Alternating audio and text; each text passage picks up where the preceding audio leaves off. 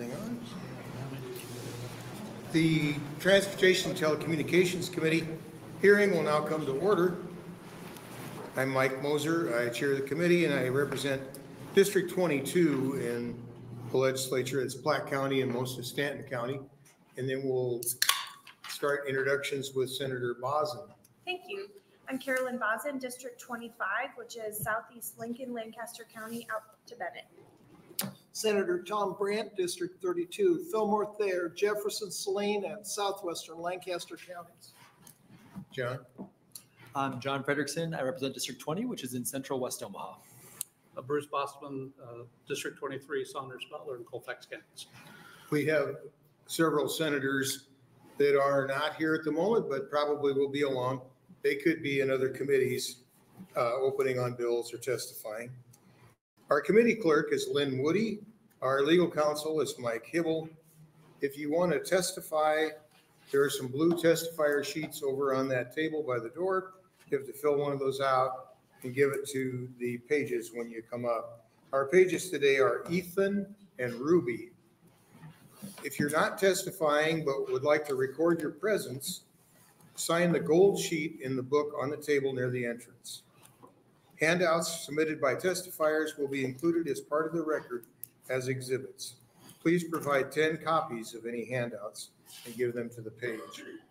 Senators may come and go during the hearing. It's common and required as they may be presenting bills in other committees. Testimony will begin with the introducer's opening statement. Then we'll hear from supporters, those in opposition, and those speaking in the neutral.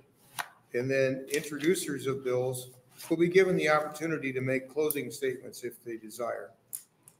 Please begin your testimony by giving us your first and last name, and please also spell them for the record. We will be using a 3-minute timer like today.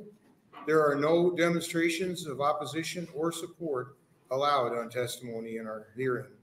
Please turn your phones off.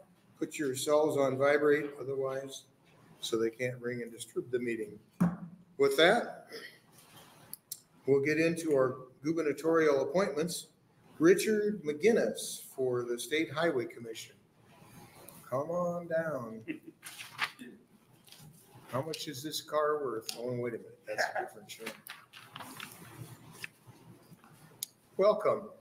Thank you. Thank you. Good afternoon, Chairman Moser and distinguished members of the Transportation and Telecommunications Committee. I'm Richard Meginnis, spelled R-I-C-H-A-R-D-M-E-G-I-N-N-I-S. And I've been selected to serve as District 1 Commissioner for the Nebraska State Highway Commission. I appreciate the committee's time for you allowing me to share some of my qualifications as you consider my appointment. I was born and raised in Lincoln, lived here all my life. I did spend 4 years at school at the University of Utah. Previously, I was elected to the Lincoln Public School Board for 8 years and just finished a term with the Lincoln City Council. I've served on many past and current mayor's infrastructure, comprehensive plan committees, and most recently served on the Metropolitan Planning Organization. We've worked on long-range transportation plans a lot with that committee.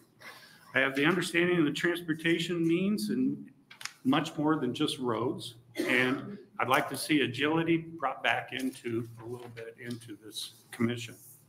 District 1 consists of 13 counties from David City all the way to Falls City. And it's roughly, the district is from the Missouri River on the east and about 13 miles west of Seward on the west. And then you go from south of the Platte River all the way to the Kansas state line. So it's basically the southeast corner of the state of Nebraska will be my district. It's an honor to have been appointed to this position by Governor Pellin, and I ask you to consider approving my appointment as District 1 State Highway Commissioner. Thank you again for your time. Okay, do we have questions for the Senator Bosman? Thank you. Thank you, Chairman Moser. Thank you, Mr. Meginnis, for being here.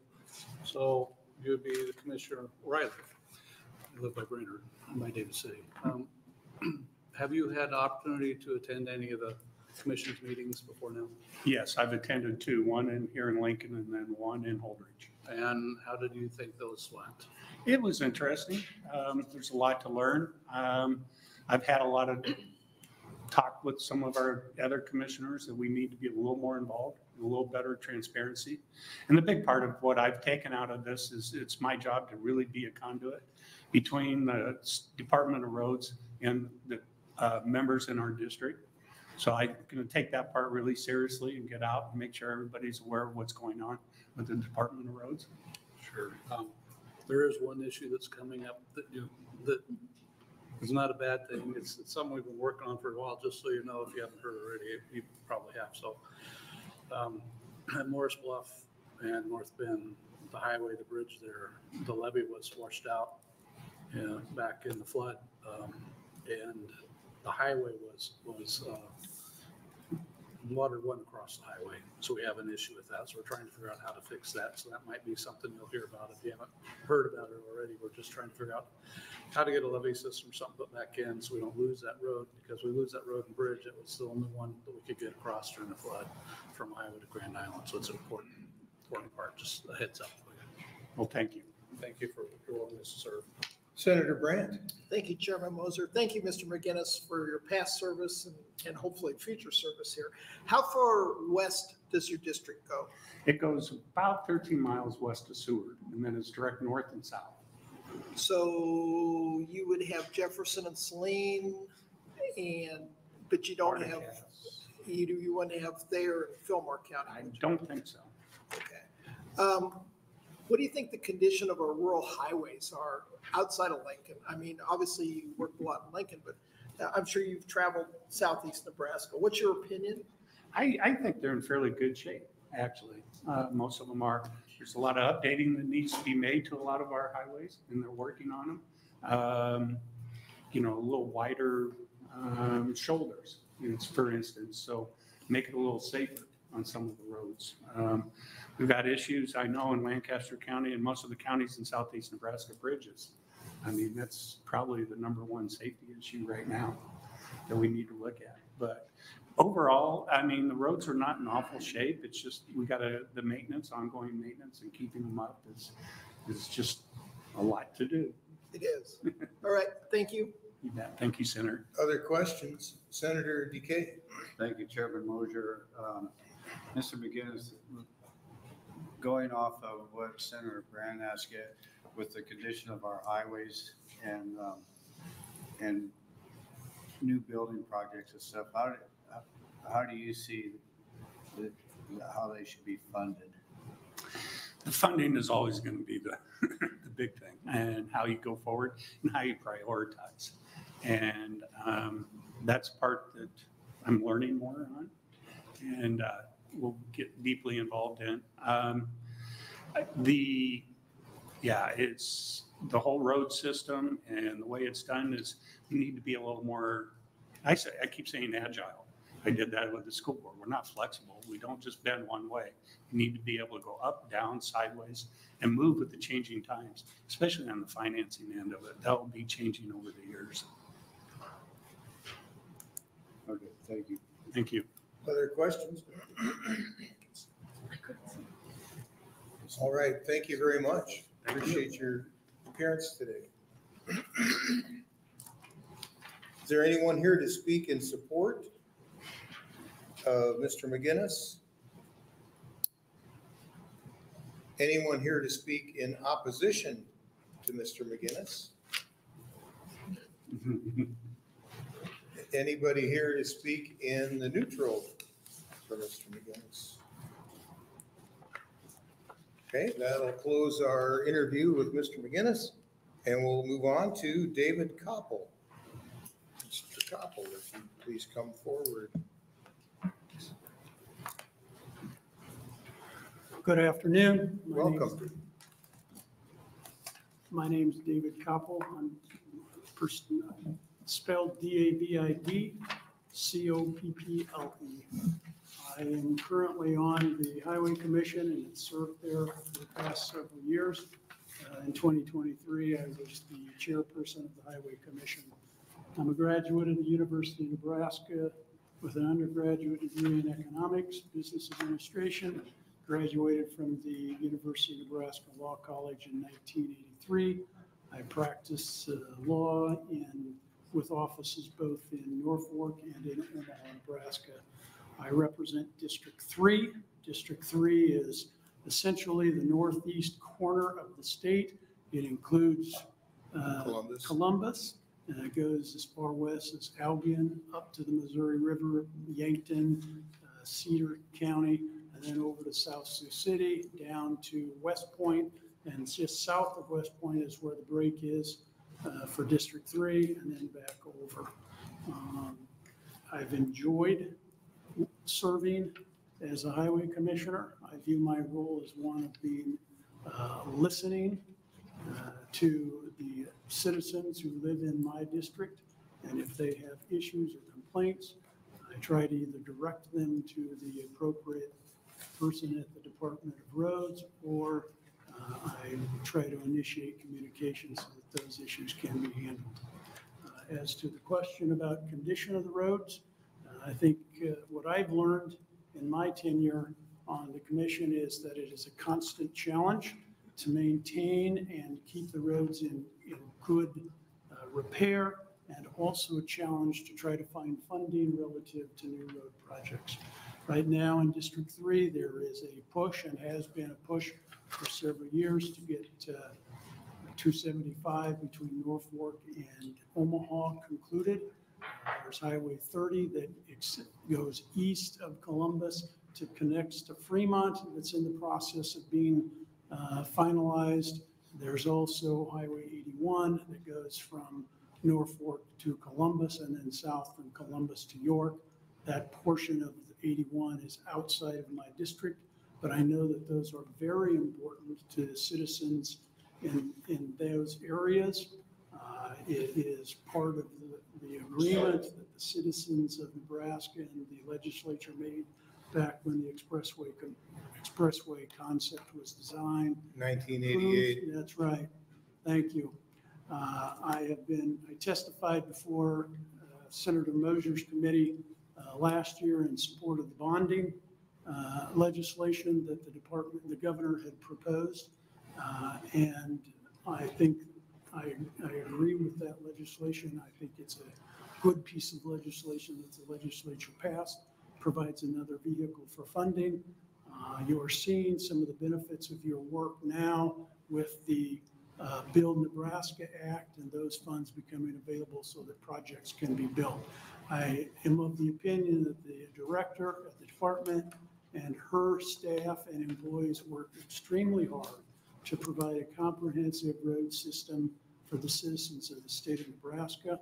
And I know that they continue to look for ways to improve, and they also look for ways, new and creative ways, to arrive at financing so that these projects can be done. I will say that in my span as having served on the commission, the federal Department Highway Agency and the state of Nebraska have, in my opinion, developed a very good working relationship and have found ways to try to make processes more streamlined.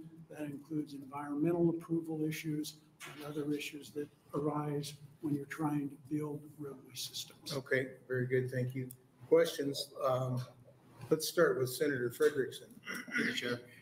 Thank you, Mr. Copple, for being here and for your service so far and willingness to continue to serve. Can you maybe share briefly, given that you have been serving on the board, what do you sort of see as your top priorities should you be confirmed again? Well, the top priority is to listen to what the citizens in the counties that I represent is, and to make sure that those concerns or thoughts and ideas are conveyed to the department. That's number one. Secondly, I'm not the legislature. I'm not the Department of Roads to establish policy. I'll leave that to you folks and to the governor. But I think it's vital that we have a road system that connects both urban Nebraska and rural Nebraska. I live in Norfolk. I see the effects from both urban and rural, and I think it's critical that we have a transportation system that is developed and a roadway system that's developed to keep those areas connected. Okay, Thank you. Senator DeKay. Thank you. You mentioned it briefly. What are your thoughts for improvement on Highway 81 going north out of Norfolk to the South Dakota border? I'll answer it this way, Senator. I go to a number of functions and gatherings in northeast Nebraska, in specific Pierce, Madison County, and I hear all the time that 81 between Norfolk and Yankton should be 4-laned. I understand that that is a goal or objective for certain individuals. I also recognize the economic realities and constraints that the department has with respect to road projects. So am I in favor of it? Yes. Do I understand that there are other projects that also need to be built and there are limited amounts of economic resources? Yes. If we could all wave a magic wand and build the complete system out, that'd be wonderful, but we have to do it step by step. And I think the director has a very good grasp of how to approach that. Well, I mean, take away the part of worrying about if it's 4-lane or not, that part of the improvement process that I think we also need to look at is per capita amount of deaths and injuries on specific intersections within that stretch of highway. And I was wondering if there's any talk about improving those intersections for visibility's sake or anything else. My experience on the commission is that the department is very sensitive to safety. That's one of their primary objectives. And my experience is that when those issues are brought to the department, their engineers and their staffing people take extraordinary measures to try to find resolution in order to solve some of the issues that present themselves. For example, on 81 South out of Norfolk to Columbus at the Humphrey intersection, there were a significant number of motor vehicle accidents that involved personal injury or death. And the department listened to the voices that were concerned. Many people wanted to build an overpass. The problem with building an overpass at that intersection was the cost to do that was, if my recollection is right, is $10 million or more. And so the economic prohibited that, but they came up with a creative solution that's commonly referred to as a J-turn. And while some people don't necessarily think it's most convenient, the studies that have been presented to the commission by the department shows that those J-terms are very effective in reducing accidents and personal injuries or death. That's what I was going to ask you, and you alluded to it, answered it, how the safety of the J-turn, especially when you have semis doing 180s in those intersections. And I know that some people, primarily people involved in the trucking industry, and Jim can probably address that. He's involved in that industry, but I know people that are involved in the trucking industry and in agriculture dealing with semi-trucks. I know that they have concerns about it. With respect to the 275 project that is right now in the process, there was a public meeting held in Wisner. I was contacted by 2 individuals who expressed concerns as to those J-turns, and I know that the department met with one of those individuals and other members of the community who were concerned about that. And I know the department is looking at ways to try to accommodate their concerns, but also accommodate safety and then the standards that they're required to build projects at. I was always curious, because I travel that road a lot. I was always curious about the speed going through there, which is down to 60 miles an hour, but there's still a time element that it might take for a semi to make that 180 there in the highway and slow things down, how that impacted the rate of accidents. I think those are all issues that the department and the director takes into consideration when they're trying to do their planning and their engineering. My experience is that the Department of Roads director and her staff are extremely interested in trying to provide safe, good, efficient road system for the state and the citizens of the state. Thank you. You're welcome. Senator Brandt. Thank you, Chairman Moser. Thank you, Mr. Copple, for your service on this. Yeah, the J-turn is kind of a interesting. It's the hot button right now. It is, and so I've got 81 south from York to the Kansas border. We have a situation in Hebron where multiple people have been killed, and it's a very unusual intersection. And the multiplier on this is the fact that if the speed limit is 65 or 70, people are doing 80, okay? And I've seen some reluctance on dropping the speed limit through those towns to make it just a little more safer, because what happens is we have a lot of people going from a standing start at these intersections, and particularly this one intersection that comes to mind. And you've got a very steep hill down both sides with curves where you can't see everything. And if you're on a John Deere tractor pulling an auger, or you're on a combine and the dealership's on the other side of the road, you're kind of a sitting duck, even with J-turn. So I mean, I guess I would like to see a little more open-mindedness, possibly, and I know we respect the engineers. Do you have an opinion on that? I'm not an engineer. I'm an attorney by profession. I've always found it most appropriate to speak with the director, to speak with the engineers, and voice my concerns. And if that's a concern that you have, I invite you to send me an email, and I will certainly take that to the director and her staff so that it can be discussed.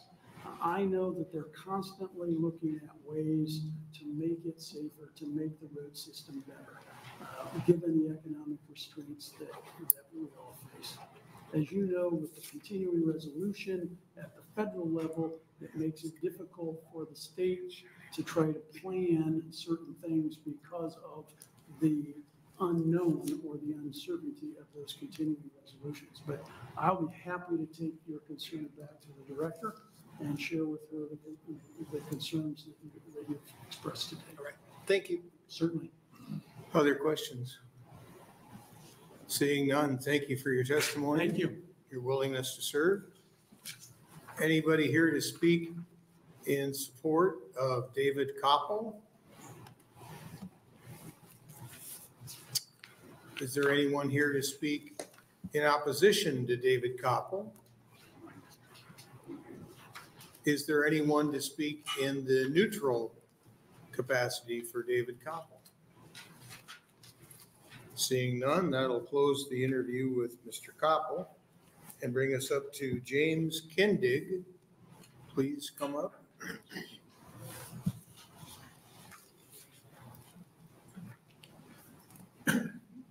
Good afternoon. Greetings. Welcome.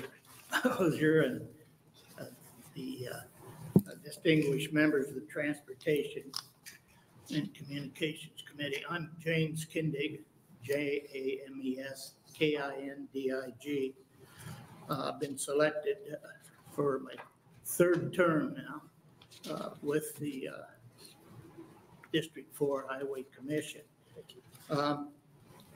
I've lived in the district all my life. I grew up on a farm west of Hastings, graduated from Hastings Senior High and attended Hastings College. I've been in the food distribution business all my life. My last 35 years with Cashway Distributing, basically the VP of Sales. Prior to that, I had a distribution company of my own out of Grand Island for 15 years. So I've been in the trucking business for a long, long time. The last 4 years, I oversaw distribution with Heartland out of Omaha Food Bank, and we distributed food boxes. Started with the Farmers to Families program back in the COVID days. And I distributed and oversaw the distribution to 44 food banks and or pantries in outstate Nebraska. I've attended several seminars on the Transportation Advisory Board, and I'm an elder in the church. I have lived in Kennesaw, Nebraska for over 30 years. I'm married and have 3 daughters and 6 grandchildren. District 4 has 17 counties. It's the north would be from Ord north to South Superior, Red Cloud, west to Kearney, and east to York and Fullerton area. So it encompasses all 17 counties. There's 110 miles of interstate I-80 and 138 miles of expressway. We have 1,709 centerline miles of highway and 623 bridge links that equal 20 feet or more in length in our district. Actually, District 4 has the most lane miles of any district in the state. There are many projects for the upcoming year and beyond, and three that I'm really excited about and coming under the Build Nebraska Act. One is the Hastings Southeast US 6 that probably within the next 2-3 years, hopefully it'll be started. And the one that I think really needs to be done is the US, and it's being let now, I believe, the US 30 West in Grand Island. If you've ever been to Grand Island, Highway 30 going west out of town from 281 really needs to be a divided highway, and that's what's going to happen. And I guess the last one, and this was a vision in 1988 with the expressway, and we're still waiting to get this project underway from York to Columbus. And that's a project that, in my opinion, really needs to be done. If you've ever traveled that area, you watch from 81 expressway from Kansas to York, the amount of traffic and the truck traffic. I-80 and that expressway has lots of trucks, as we well know. If you've ever taken Highway 30 east of Grand Island to Central City and on up to Columbus, that's a 2-lane highway that is almost scary to be on, in my opinion, a lot of times. I really believe if we ever get the north-south expressway completed, and if we complete from York to Columbus, I think you're going to see a lot of semi-traffic diverted from Highway 30. You're going to also see the ones coming up 81 that then head east from York up through Omaha and I-29 to head north. If we can ever get that completed, you're going to see a lot of truck traffic quit going through the Omaha area and go straight north and just keep right on going. Once they hit Yankton, they can go over through Vermilion over to I-29 and up. And we really need in Nebraska that north-south expressway. In conclusion, it's an honor to be appointed and to serve. And I can tell you, I've learned a lot. I've met a lot of great people, and this is a great state to live in. Question, Senator DeBoer. Thank you, Senator Moser. First of all, I will say it's always great to see another Bronco. So I'm also a Hastings College alum. Okay. What would you say, having served on this now for a number of years, what would you say is the greatest challenge that you all face? What's the biggest concern or challenge that you have in the upcoming few years? Well, you know, as we well know, money is a big concern. If we had plenty of money, we could do a lot of things that we're talking about and the things that we've got set up. So we do need to have better funding. One of the things that's happened and the inflation and the cost has just kept going up. Now, this year, I know when I talked to our district engineer, Wes, all the districts had to take 15% of what they had set to do this year out of, they had to delete 15%. because of the funding and so forth.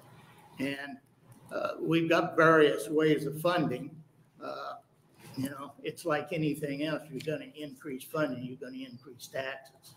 And we really don't want to do that. On the other hand, a lot of our fuel tax, people are buying fuel here that are coming right through Nebraska. So that's one way to increase a little if there was. Okay, thank you. Senator Bosselman. Thank you, Chairman Moser. Thank you, Mr. Kindig, for being here. What's your experience as far as the interaction between the commission and the public, especially at your hearings when you have them either in Lincoln or across the state? How's that? Well, our public hearings, we've had great participation from the public, and I think they're great. I tell you, the Department of Transportation, they do a great job of setting up displays, and people ask questions when the public leaves. They know exactly what the state's doing, and we hear a lot of things, and that does change a lot of times what we're going to do. Those public meetings are important. As far as me, I've had a lot of discussions with a lot of people, and I try to be like a salesman to them. I try to help them any way I can, and I consult Wes, and we get our heads together and try to come up with a solution. And I've mediated in a lot of situations with a lot of the public. There's the right-of-way problems that we've had in Grand Island. I think we've mitigated most of those. But I was instrumental in probably 3 or 4 of them, of meeting with them one-on-one and coming up with a resolution. So the next question would be, since you've served, I think this, you said your third? Well, it'll be my third. I've been 12 years. Right. So obviously we've had different directors over that time. So each has their own management style as they come and go. Right. Which we understand. How do you see the commission interaction with the department, with the director or others within that? How does that transpire? How does that work? What's that? Do you think you have an impact in decisions they do, or is that not your purpose? Well, we've always had a good relationship with all the directors. Vicki Kramer, she's a very sharp individual, and I think she's bringing some things that maybe we never quite ever addressed completely. As far as the commissioners and the department, our function is basically to work with the public and try to be the conduit, if you will, between the public and the Department of Transportation. And that's basically what we do. And I think that serves a great purpose. Thank you. You bet. Senator Brandt. Yeah, I promise this will be a short question. Thank you for your testimony today, and I guess a couple of things. One, you're from a farm. You have a lot of counties. So this last year, the state of Nebraska, particularly in Southeast, went through a tremendous drought.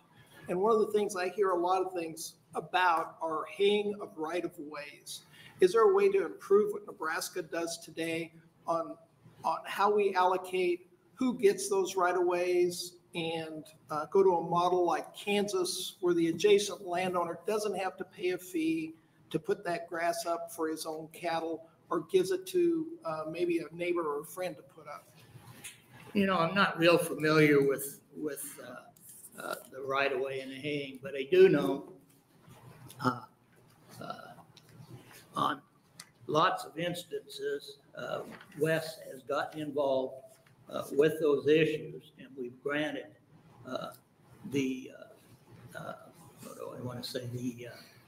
right to be able to utilize that for haying and so forth. So I think it's in place. If there's a problem or something, have them call me and I'll get them in touch with Wes and we'll come up with a resolution. I know about 5-6 years ago, I was involved in one and we actually got it resolved and some kind of a grant was issued to take care of that, to handle that.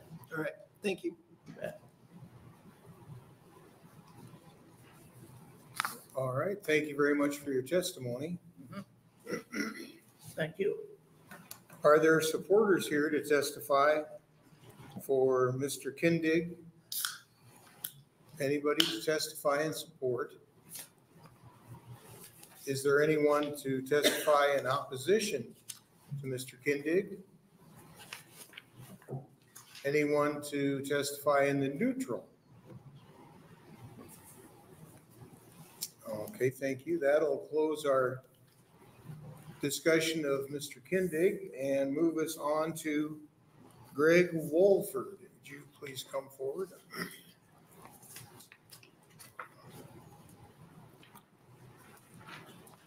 Welcome. Good afternoon, Chairman Wolford and members of the Transportation Telecommunications Committee. My name is Greg Wolford, G-R-E-G-W-O-L-F-O-R-D, and I've been selected to serve as a representative for District 7 on the Highway Commission. I live in McCook, and I have served on the Highway Commission since 1999. I am a professional engineer, and I am a partner in an engineering and architectural firm in McCook. I am also a member of the Board of Directors of McCook Economic Development Corporation. District 7 covers the 13 counties in southwest Nebraska with Kearney and Franklin counties on the east and the Colorado border on the west and Kansas border on the south. It's been an honor to have been nominated by Governor Pillen, and I ask that you consider approving my appointment for District 7. I'm here to answer any questions. Questions? Senator Bosselman. Thank you, Chairman Moser. Thank you, Mr. Wolford, for being here today. Air Force graduate, I see in service was? I served there. I did not graduate. I'm a University of Nebraska graduate. Oh, okay. Do you have any, I guess over the, the same questions I'd asked before, over the experience, over the time you've had, communications with the public, commission hearings, I guess to take one step further in the sense that, is there something we should be doing better? As far as trying to reach out to the community, trying to reach out to people across state when you have hearings in certain areas, or just trying to get information out to let them know they should contact you or others. The Department of Roads spends over $600 million every year on new projects in Nebraska. And every project they do touches somebody's property. I think I believe the commission was put in place to make sure that the citizens are protected. There is an opportunity anytime you're an agency that large to run roughshod over our citizens. And it's our job to see that that does not happen. I do think the DOT has done an excellent job in that manner. I do believe they listen to the commission and they do listen to citizens. I've had citizens that tell me that what's the point of testifying? They won't listen to me anyway. But every time I've seen a citizen comment on a project, the engineers have paid attention. They've made accommodations where they can, where it's feasible every time. So, that to me is our primary job. That's why this commission is in place. And the work that you do now, private work yourself, what's your employment or your own company or? It's my own company, yes. And it's in It's in McCook. But I mean, is it engineering? It's engineering and art, yes. And okay. when I was first appointed, I am the first to my knowledge, the only professional engineer to serve on the Highway Commission. Well, I think it's good that you're there. My question would be is, have you, over the years, ran into an area where there may be a conflict of interest, and how did you handle it? When I was first appointed, the Department of Roads at the time asked for an Attorney General's opinion on whether there was a conflict.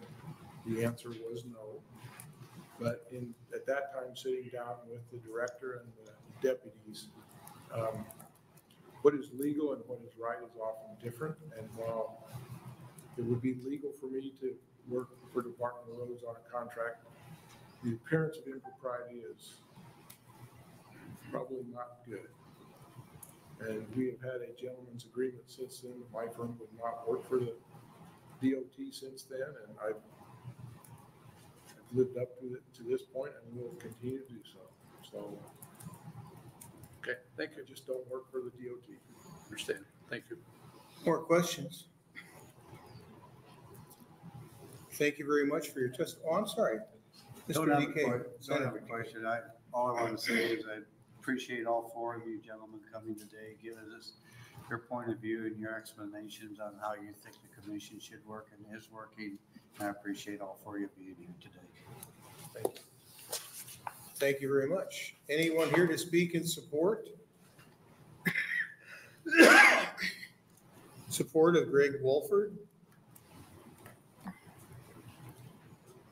Anybody to speak in opposition to Mr. Wolford? Anyone to speak in the neutral, Mr. Wolford? Okay, thank you. That'll close our gubernatorial reappointments. Thank you, gentlemen, for coming in. We're going to switch now to LB 1200 for a couple reasons. For one, Senator Dorn's not here, and we want to get this going anyway, so we'll come back to you. Senator DK.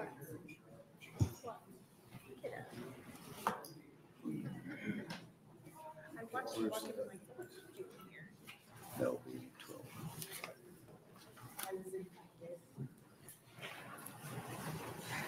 Okay, LB 1200, Senator Mosier, do you want to open? Thank you, Vice Chairman DeKay, and good afternoon, members of the Telecommunications and Transportation Committee. My name is Mike Moser. It's Mikemoser. I represent District 22, which includes Platte County and most of Stanton County. I'm here today to introduce Bill 1200 on behalf of the Nebraska Department of Motor Vehicles and the State Patrol. It's the annual update and harmonization bill. It updates statutory references to federal regulations in operation as of January 1st, 2024. It also harmonizes and eliminates obsolete language. Specifically, the bill contains the following provisions. Numerous sections of the bill update the Nebraska revised statutes to conform with federal regulations in effect as of the 1st of January, 2024. The updated reference keeps Nebraska in compliance with federal law to ensure that Nebraska does not lose millions in federal highway funds. It makes some changes in the provisions regarding restricted driver licenses and issuing driver licenses to persons turning 21 years of age. It pushes up the date 1 year earlier to July 1, 2024, the per ton registration fee for reduction in the per ton registration fee for commercial motor vehicles. At the request of the Nebraska Trucking Association, there are provisions in the bill to allow commercial trucks with camera systems approved by the Federal Motor Carrier Administration to operate without mirrors. You might call Senator Dorn, contact his office, make sure he knows he's up. The bill also cleans up several obsolete language provisions referencing renewal of commercial learner's permits and seasonal permits, both of which are no longer authorized by the statute. There are representatives of the DMV and the Nebraska State Patrol who will follow me to testify with better information regarding the bill. I ask for your support in advancing the bill to general file. Happy to answer any questions. Thank you. Thank you, Senator Moser. Are there any questions for Senator Moser? Very kind of Seeing you, none, thank you. will you be here to close? Yes, but I'm sure the Department of, the DMV and the State Patrol will pretty well speak. Next, are there any proponents for LB 1200?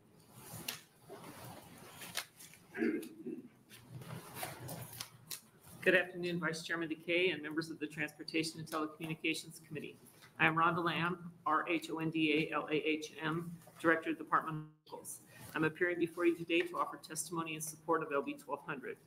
I would like to thank Senator Moser for introducing the bill on behalf of the Department of Motor Vehicles. 26 sections of this bill adopt the most recent versions of federal law and regulations in effect as of January 1st, 2024.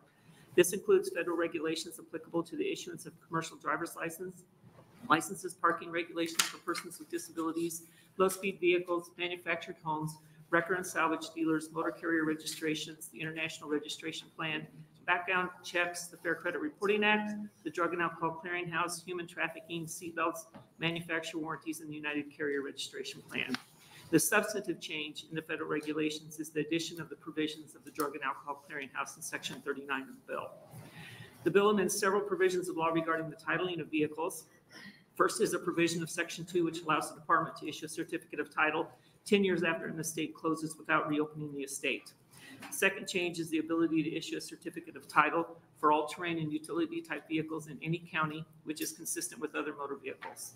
The bill adds a United States government certificate to obtain title to a vehicle to the list of documents that may be submitted with an application for title as proof of ownership. Section 12 changes the term damaged to branded to allow all brands from out-of-state titles to be carried forward to a Nebraska certificate of title. The bill also allows for the issuance of electronic previously salvaged titles for vehicles with an electronic salvage brand. Section 8 of the bill allows an alternative database, the National Motor Vehicle Title Information System, to be checked when inspecting out-of-state vehicles applying for title in Nebraska. In relation to driver's licenses, LB 1200 amends several sections. It permits the department to mail notices of driver's license suspensions for child support violations by regular U.S. mail rather than certified mail, and to be consistent with other notices of suspension. The bill extends from 10 to 30 days the period of issuance of a driver's license for persons turning 21 years of age. The bill clarifies the points assessed for certain traffic violations will be assessed as of the date of violation. The bill also extends the period of validity for a restricted commercial driver's license from 180 to 210 days in a calendar year. In several sections of the bill, obsolete language related to seasonal permits and the renewal of commercial learner's permits has been deleted. Provisions of the bill allow the director of the DMV to suspend, revoke, cancel, or refuse to issue or renew a registration for an applicant who has committed a violation of the International Registration Act. At the request of the Nebraska Trucking Association, the bill provides for the operation of commercial motor vehicles with a camera system approved by the Federal Motor Carrier Administration in lieu of rear-view mirrors. Finally, the bill provides for the per-ton registration fee for commercial carriers to be reduced on July 1st, 2024, 1 year earlier than anticipated in relation to our modernization project. Thank you for your time today. I encourage the advancement of LB 1200 to general file. I'll be happy to answer any questions the committee may have. Thank you. Your timing is impeccable. Are there any questions? Senator Brandt. Thank you, Vice Chair Decay. Thank you, Director Lamb, for being here today. Could you clarify for me the certificate of title after 10 years on the estate? What are we running into there that we need that language? Okay, so actually I have a real life scenario that I'd love to hear it. So we had an individual owned a 1994 Cadillac in fair condition, valued approximately $2,400. The owner had passed away in 2012. The estate closed in 2013. In 2023, the daughter discovered the car was still sitting on the farmland and wanted to register it, but because it was closed, the use of an affidavit of decision was not available since the PR had been appointed. So they had to reopen at the state. That cost them, with attorney fees and court costs, $3,000 to reopen that estate to get the vehicle titled.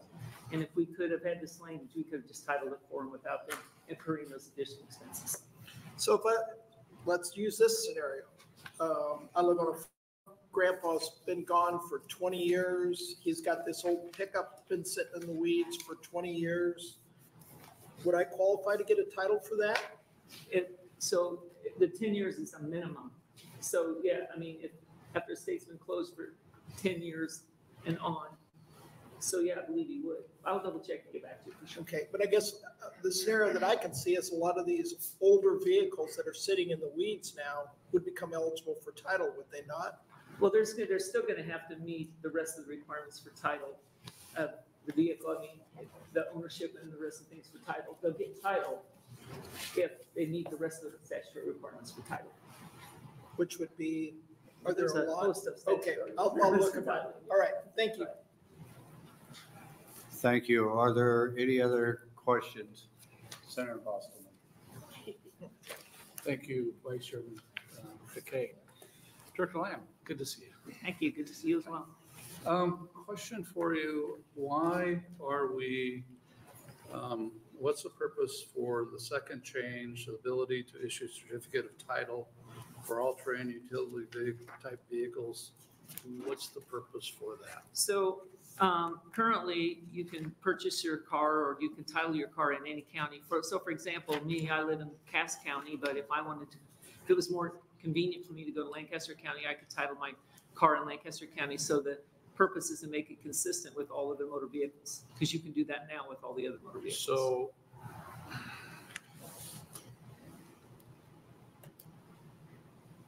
okay, so this is just allowing you to title it to whichever. They'll just be treated like every other. I would still have to register my car in Cass County, but I could title it in Lancaster, or for that matter, any county that I chose to. But part of the thing is our new registration system allows dealers to title at the time of sale. So if you live in a different county than where you purchase your vehicle and you want to title it at the time that you purchase it, this will allow you to also do that with UTVs and ATVs like you currently can do with a car. Okay, thank you. Or other motor vehicles. All right, thank you. Thank you. Are there any other questions? Senator Cavanaugh? Thank you. Thanks for being here, Director Lamb. It's nice to see you. Thank you. Okay. Explain this to me like I'm a 45-year-old woman who has no idea what we're talking about, because that's how I feel right now. This is 102 pages. Yes. And so there's a lot to try and track in here. And I didn't quite understand your explanation to Senator Brandt. What is the reason that we would need to title a vehicle after an estate has closed 10 years in the future? So if they didn't get the ownership transferred before the estate closed, then the person who can transfer that ownership is obviously not living, and who they've designated as personal representative, that's no longer valid. Okay. So there's nobody that has the authority to sign or to transfer the ownership of the vehicle. And so allowing us the ability to do that will let these people, will let them show us paperwork to do that without having to pay to open an estate and go to a court proceeding to have the same thing done as the paperwork they're going to show a court to show they should be able to. But the estate has been closed for 10 years before they can do that? You mean what? So Like the question is why couldn't they do why- it at 5 years or whatever? Or 1 year? So I think, well, part of that has to go, we want to make sure that, I think that some of the financial people have an interest in that as well, but to make sure that there's not outstanding liens, whatever, on a vehicle before we transfer ownership. Is it like a standard practice? And of course, this is not within your purview necessarily, but is it a standard practice when an estate to wait 10 years after an estate closes for all types of transfers like this? No, most of them don't have, I mean, there's a lot of transfers that happen when you have an estate that closes, of course, with property. But normally it's all taken care of at that time. But what we usually see is an older vehicle that was sitting and now they've decided they want to title it or register it. It happens 2 to 3 times a month. And prior to 10 years, what do they do? Prior to 10 years, they would have to use the process with the courts. So we're eliminating the court process after a 10-year lapse. Yeah, and we could talk about a different time frame if you were more comfortable with a different time. I'm just trying to understand what we is just happening. wanted to make sure that we're not transferring a title or transferring ownership that somebody could potentially still have a vested interest in. Okay. And in that period of time. And I assume not much to people thinking otherwise. I am not an attorney in my family, so I don't actually know. But if an estate is in probate, that would mean that the estate is still open? Right. Okay. That would be my understanding. I'm just gonna like look over at the, okay, thank you. Thank you. Are there any other questions? Yeah. Senator Boslin. I'm gonna try and help. Part of it also is the value of the car after 10 years makes the process of getting that done through an attorney More expensive than that. more expensive than the value of the car. So if it costs $3,000 in your example, to get the title through the court process for a $2,500 vehicle, that's not a gift that you got through the estate. That's a cost, right? Whereas in 3 years or 2 years, it may be a $20,000 car. And while I don't disagree, I understand her concern is why do we make people do that? There's interceding interests that other parties may have that make that difference. Is that fair to say? Yes. You're so much more eloquent than me, thank you. Well, I don't know about that. Okay. Any others? Thank you. Thank you.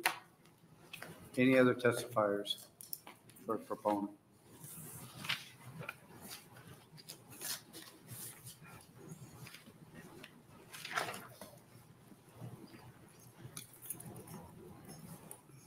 Vice Chairperson Decay and members of the Transportation and Telecommunications Committee. My name is Mike, M-I-K-E, Matum, M-A-Y-T-U-M.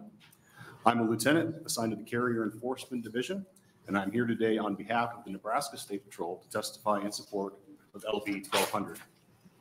When the United States Congress passed the Motor Carrier Safety Act, emphasis was placed on states' adoption of uniform safety measures, with the ultimate goal being a reduction in the number of commercial motor vehicle crashes. In order for the state of Nebraska to remain consistent and compliant with these federal requirements, it is necessary to update our commercial vehicle safety regulations annually. This legislation will enable the Nebraska State Patrol to continue enforcing updated federal motor carrier safety regulations and the federal hazardous materials regulations. Every day, our troopers strive to make highways safe. In fiscal year 2023, the Nebraska State Patrol conducted 28,623 roadside inspections, identifying 15,862 violations of driver requirements and requiring that 2,052 drivers be placed out of service. In addition, 7,171 vehicle inspections were conducted, with an average of 2.17 violations discovered per vehicle and 5,042 violations severe enough that the vehicle was placed out of service. The roadside inspection program has enabled the state to establish clear guidelines for commercial vehicle operators while ensuring a Nebraska State Patrol presence to assist in the correction of operators who have vehicle or driver defects. These guidelines create a significant deterrent effect. In addition to our enforcement efforts, public education is a valuable tool that the agency uses to improve highway safety. In fiscal year 2023, the Carrier Enforcement Division of the Nebraska State Patrol conducted 90 public education and training events across the state, directed at commercial motor vehicle owners and operators in a safe and friendly format. In addition, the Nebraska State Patrol website provides downloadable source material and points of contact to help answer questions about driver requirements, transportation of hazardous materials, and other supplemental information pertinent to commercial motor vehicle owners, operators, and the public. I want to thank you for the opportunity to testify on behalf of this bill. I'll be happy to answer any questions that you have. Thank you. Are there any questions? I do have one quick one. Yes, sir. I was hoping your red light would go off so I could stop a state patrolman one time.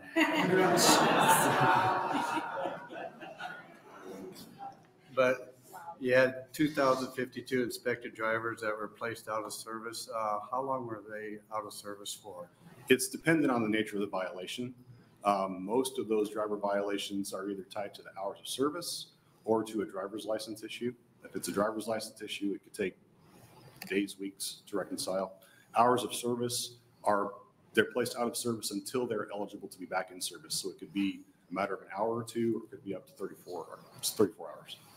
Now, is that due to the condition of the drivers or condition of the vehicles themselves or both? In that statistic, those are driver violations. So that is specific to the person and to the requirements of that driver requirements.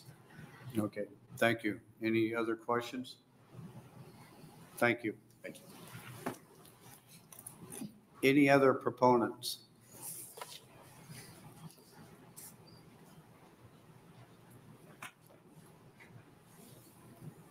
Good afternoon, Mr. Vice Chairman, members of the committee. My name is Kent Grisham, Kent Grisham, and I appear today as the President and CEO of the Nebraska Trucking Association. For reference, the NTA is one of the largest trucking associations in the country with about 900 members, representing motor carriers in Nebraska of all sizes and types. Our members range from one truck owner-operators to great national carriers such as Creek Carrier and Werner, from farmers and ranchers to healthcare systems and pretty much everything in between. Trucks alone carry more than 88% of all manufactured goods in the state and more than 73% of all commodities. In Nebraska, about half of all of our communities receive everything they need by truck alone. No rail, air cargo, pipelines, marine, just trucks. With that picture of essentialness of trucking, I want to be on record today expressing my support and appreciation for our Nebraska Department of Motor Vehicles. We consider Director Lamb and her staff as partners in the critical mission of trucking. The NTA assists thousands of trucking companies every year with a variety of tasks, so I can say with personal experience that the DMV in Nebraska operates in a culture of service and dedication to keep the trucks rolling. That said, I am here to lend the trucking industry's support to LB 1200. Specifically, we need the provisions found in sections 50 and 51 on pages 91 and 92 of the bill. These sections of the bill reference an update to the statutory requirements for rear view mirrors and side view outside mirrors on both sides of the truck, where the vehicle is constructed so that the rear view may not have a clear view of the vehicle because of trailers. The Federal Motor Carrier Safety Administration has approved the use of rear view cameras instead of outside mirrors. These cameras have been in use on the interstate highway system nationwide for the last 5 years, including Interstate 80 right through Nebraska. The issue before you today in sections 50 and 51 of LB 1200 will allow them on all roads within the state of Nebraska. The camera systems approved so far by FMCSA provide a wider field of vision to the rear and add to the aerodynamic properties of the truck compared to currently sized right side and left side cab mirrors. However, we need to ask that you amend section 50 of LB 1200 by not making the changes to section 60-6253 of the Nebraska statutes. This specific section relates to a rear view mirror, which is mounted in the center dashboard area of a vehicle like a pickup or passenger car, where there is no trailer or load obstructing the rear view.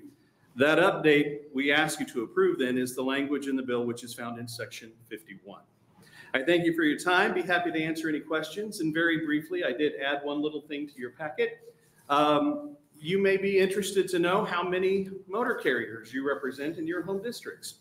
All combined, all of your districts represent 1,478 motor carriers that employ 6,175 drivers, and they pay taxes and fees on 6,278 trucks. Thank you very much. Are there any questions? See, go ahead. Thank you, Vice Chairman McKay. The last portion here of the change, that amendment, that's been given to Chairman Lozier. It has, and we discussed it as well with committee legal counsel, and that's why we wanted to bring it up today. All right, thank you. Yes. Thank you. Any other questions? Thank you all. Thank you. Any other proponents for LB 1200? See none. Any opponents to LB 1200? See none. Anybody testifying in the neutral position? Also see none. And there were no public comments recorded. With that, Senator Mosier, you can have your closing.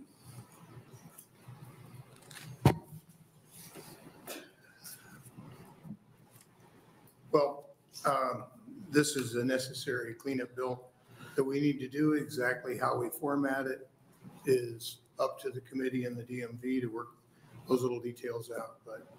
And I hope you don't have any questions for me because I don't know near as much about it as the DMV does. So thank you for your consideration.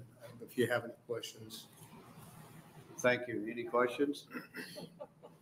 Seeing none, this closes the hearing on LB 1200. Thank you.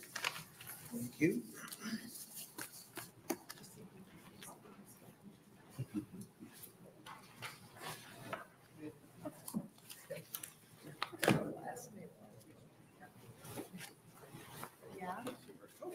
Okay, so there you go.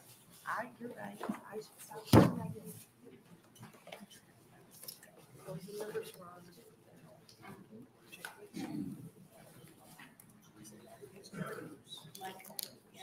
That number's wrong, isn't it? LD 11. Oh, wait. Oh, that's right.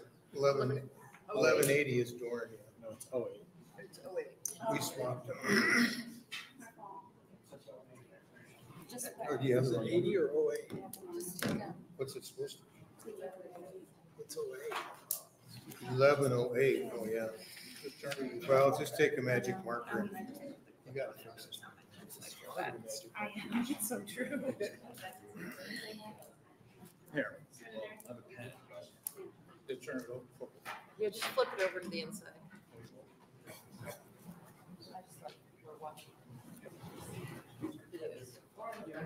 She had a transposition of numbers on the bill. It's supposed to be 1108. I caused it that, I caused it that, I have to solve you. Well, you gotta do that. Good enough. Makes you feel Okay. alive. Now we consider the bill LB 1108 by Senator Dorn. Please open on your bill. Tell us all about it. You bet. Good afternoon, Chairman Moser and members of the committee. My name is Myron Dorn, M-Y-R-O-N D-O-R-N. I represent Legislative District 30, which is all of Gage County and a portion of southeastern Lancaster County. I'm here to introduce LB 1108.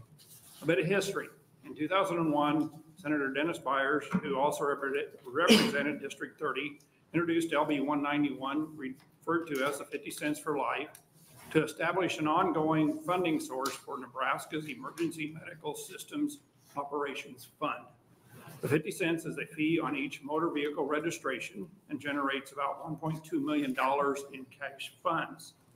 This fee provides a vital source of revenue for a vital program. The Emergency Medical Services Practice Act and the statewide Trauma Systems Acts use their money to help aid the reimbursement of initial and reinstatement testing for EMTs. It is also used to pay for continuing education and so many other vital services put forward under this act. I've given you a handout of the statutes creating the Emergency Medical Services Practice Act, the legislature's findings and intent.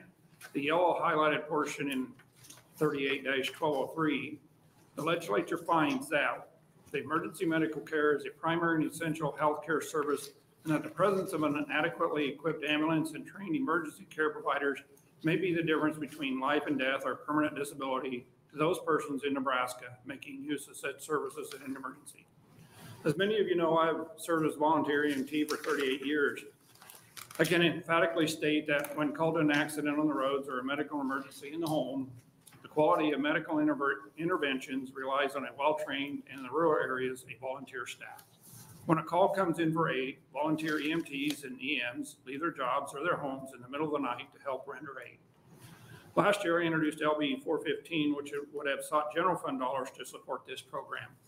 Those funds would have supported this program. In addition, I asked for $150,000 to support the ENARSIS system, which is the electronic Nebraska Ambulance Rescue Service Information System, and the Nebraska State Trauma Registry. These reports go to the state and in turn to the national level.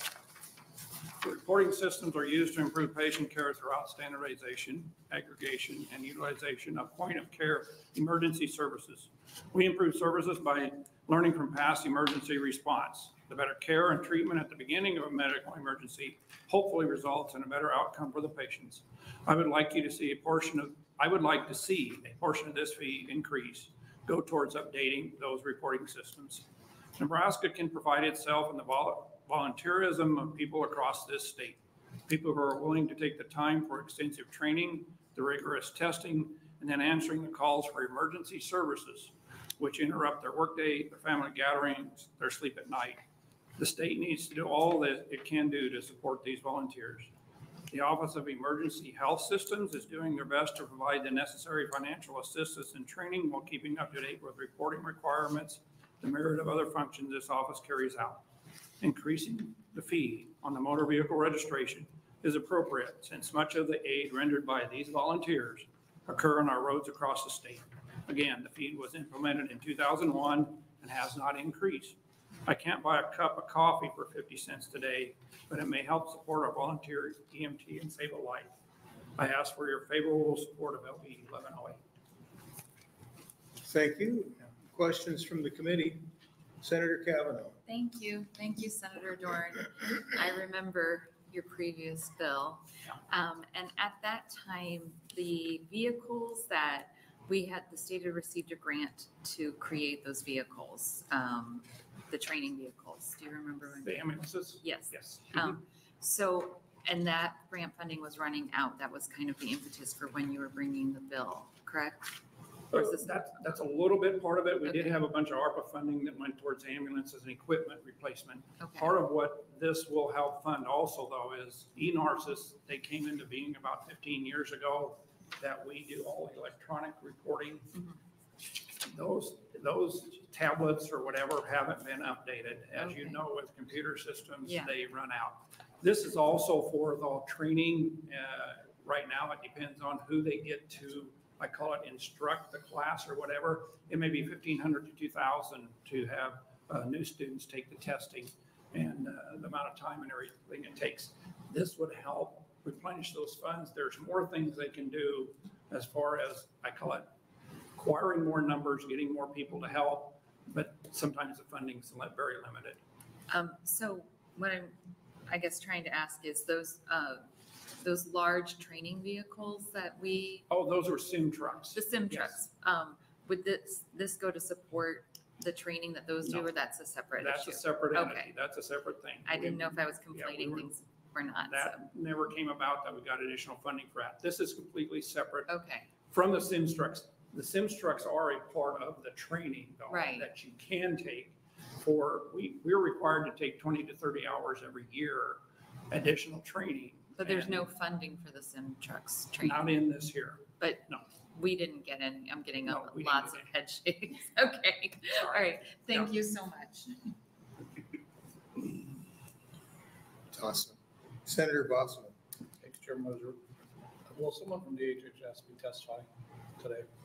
Do you have someone from Yes. DHHS? Okay, Yes, I'll someone ask. will be here. Okay, Yes, thank you. and someone from the governor's staff too. They will be here to testify today. So, yeah, others will be.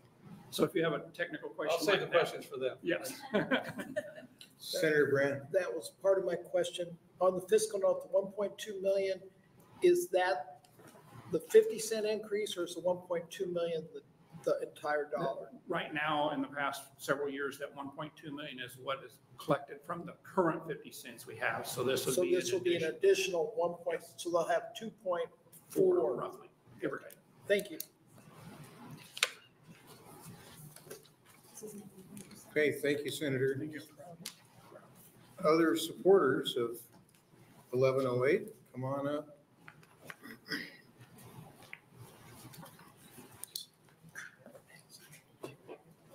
Welcome. Thank you.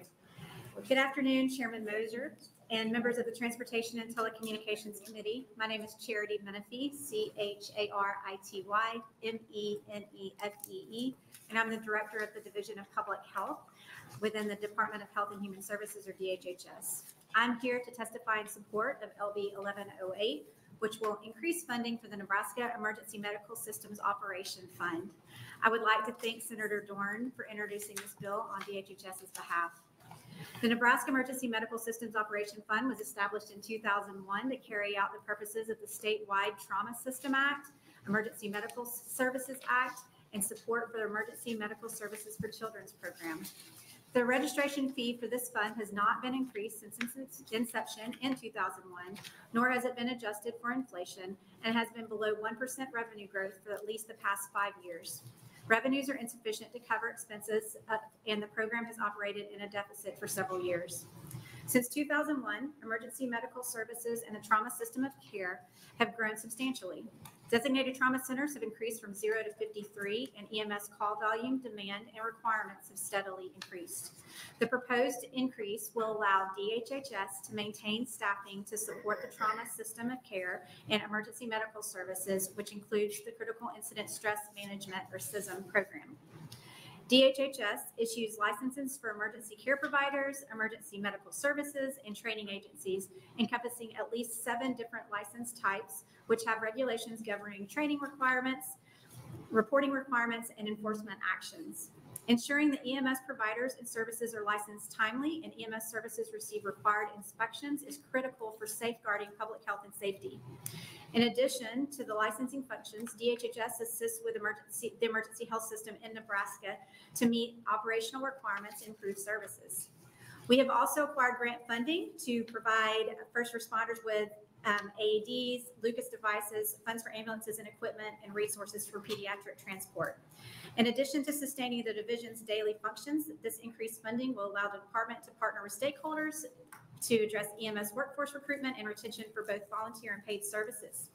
Nebraska has a critical shortage of EMS services, able to transfer patients from critical access hospitals to definitive care without waiting for hours or days, which has a negative impact on patient outcomes. This funding will also supplement the cost of issuing licenses and reimbursing training costs, ensuring that a predominantly volunteer EMS workforce does not bear this financial burden. Increased funding will allow for better support of the CISM program, which has experienced growth for each of the past 5 years. This critical service is available to all Nebraska firefighters, EMS, law enforcement, corrections, dispatch, and hospitals to provide support and assistance with mental health needs brought on by, I hit my red light, sir, so you have my comments, or I can keep on? Okay, I'm almost finished. Brought on by repeated exposure to high stress incidents, growth in this area has resulted in a need for more peer resources and training the department has been able to provide to peer team members. Finally, the increased funding will allow DHHS to continue supporting trauma designated hospitals through coordination and development of trauma education and prevention programs, as well as by providing a user-friendly registry. This data allows for assessment of patient outcomes and the effectiveness of the EMS and trauma care interventions, ultimately providing the information needed to make quality improvements to both EMS and trauma systems.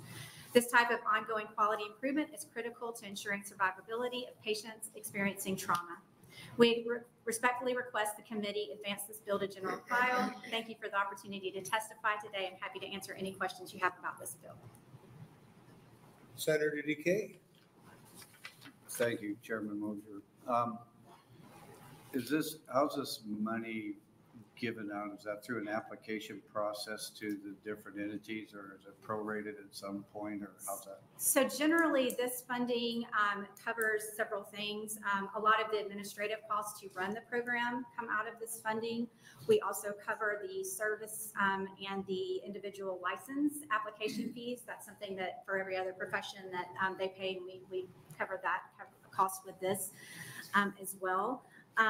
We also fund the eNARSIS system out of this that Senator Dorn talked about. It's the other large expense that comes out of this fund. The fund was originally designed, and the program was designed for about 17 FTE, and we are holding at about 12 right now, and then having the data systems, the other big piece. We have aid funds that help support the other training dollars we have to have, so the people that process those applications for reimbursement for training, which I think is getting to your question, Senator. That's aid dollars, but this fund supports the people who process those, and there's a lot of those every month. But so funding doesn't come out of here for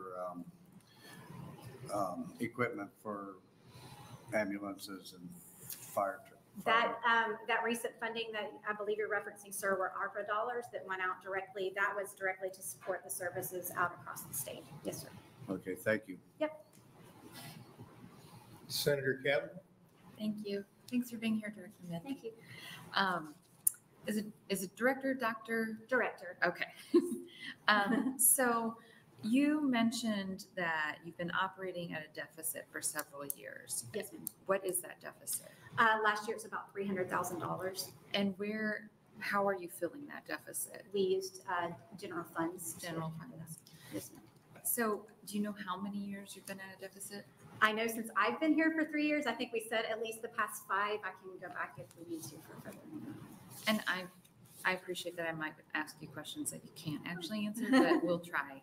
So if we've been operating at a deficit for so many years, is there a reason that the state agency hasn't come in through the appropriations process and requested that this be funded fully through general funds as part of the DHHS budget?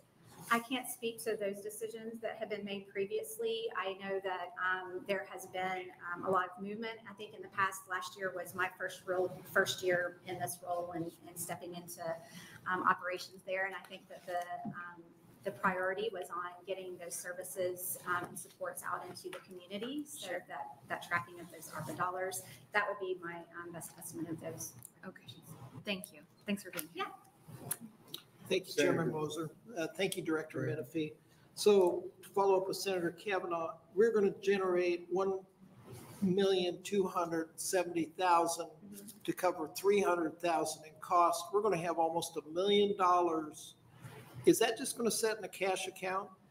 Sir, what will happen is that I think you called it out. So there will be, and this is what happened originally as well, there would be an influx of funds to support at the initial outset, but looking at the growth revenue, that fund will likely decrease over time. In the meantime, I think that we could continue to provide the services that we're providing where we are right now. We would likely have to start looking at stopping some of those services. So would your department be opposed to flushing that account every year? Any excess be sent out in a form of a check to all EMS services out there to clear the account out to zero? I would have to take that back, Senator. That's not been presented to us before. Well, my concern is simply this. We know that the governor is going after a lot of these cash accounts, and this is being generated by all the people in the state paying their car registration every year. They aren't really intending for it to be used in the general fund of the state of Nebraska. We really want to see it used for EMS services, and if you're underfunded to do what you need to do, absolutely, that should have the first cut. But I guess I would like to see it placed somewhere out of harm's way that it can be used for its intended purpose. Would you agree with that? I think that we are absolutely on the same page. We want to make sure that the funds are available to support the EMS program. All right, I'll talk to Senator Dorn about that. Thank you. Other questions? Senator Bosselman. Thank you, Chairman Moser. A few questions. E-nurses is the first one. I've gone to the CEO, the past 2 CEOs and the governor saying e-nurses doesn't work, it's broken. And my understanding is that the contract had ended on that or was up, and that potentially when Governor Ricketts was here, we discussed if there's off-the-shelf program that maybe Lincoln, Omaha was using, why don't we use that rather than continue on what we have? Where are we with the e-nurses right now? Because the biggest complaint I had when I did the survey across the state was it's complicated, it's hard to do, we're not getting any information out of it, administrators aren't doing anything. So we're paying for and we're administrating e-nurses program that's not doing what we need. That's what it's intended to do. Where are we? Are we replacing it or where? So we are, I believe it's been released in the RFP process for being able to provide updates and giving the feedback that's been provided to us about improving the capabilities of the system, no matter what the system is that we end up using, Senator. We've heard that feedback. I do know that we also have a lot of services. I think a majority, I think all but maybe around 80 have been using the system as it is now, but we do understand that there is additional functionality. This without funding to support, which would get back to your questions for that system, it would limit the ability for us to make the improvements that we've been hearing about, but having sufficient funding, I think that we can absolutely move in that same direction. We've been hearing that feedback as well, and that's our desire to make it more user-friendly for our community. So I think that's to me, that's one of the important pieces that we haven't fixed Yes, sir. in the state, is we have a program out there that just doesn't work. Yes, sir. And that's probably something, if you don't mind if I interject, sir, that I probably should have brought to you, as that is an unknown cost that would be happening over this next year as we're making those improvements, so that it's not just 300,000 for this year likely. So my understanding, 2.4 million, so we're talking a little more, less is what we're talking on this. So how is that going to help staffing? And then how much of that is staffing? Because we need a DHHS, you need, Tim needs additional help. You got one person doing all this work, it's too much for one person. How much is staffing? How much is going out for other, and maybe some of the other testifiers have some of these answers too, is how much of the money is going to be directed out to our volunteers or out there in one areas? So I think a couple of things. I can get you the exact percentage for staffing, Senator. I don't have that off the top of my head. But we do have those 12 members of the team that are doing all the various activities that I described. That staffing we hope to maintain, because I think, as you said, there's a lot of value to the work they're doing, and that we want to be able to continue to offer those services.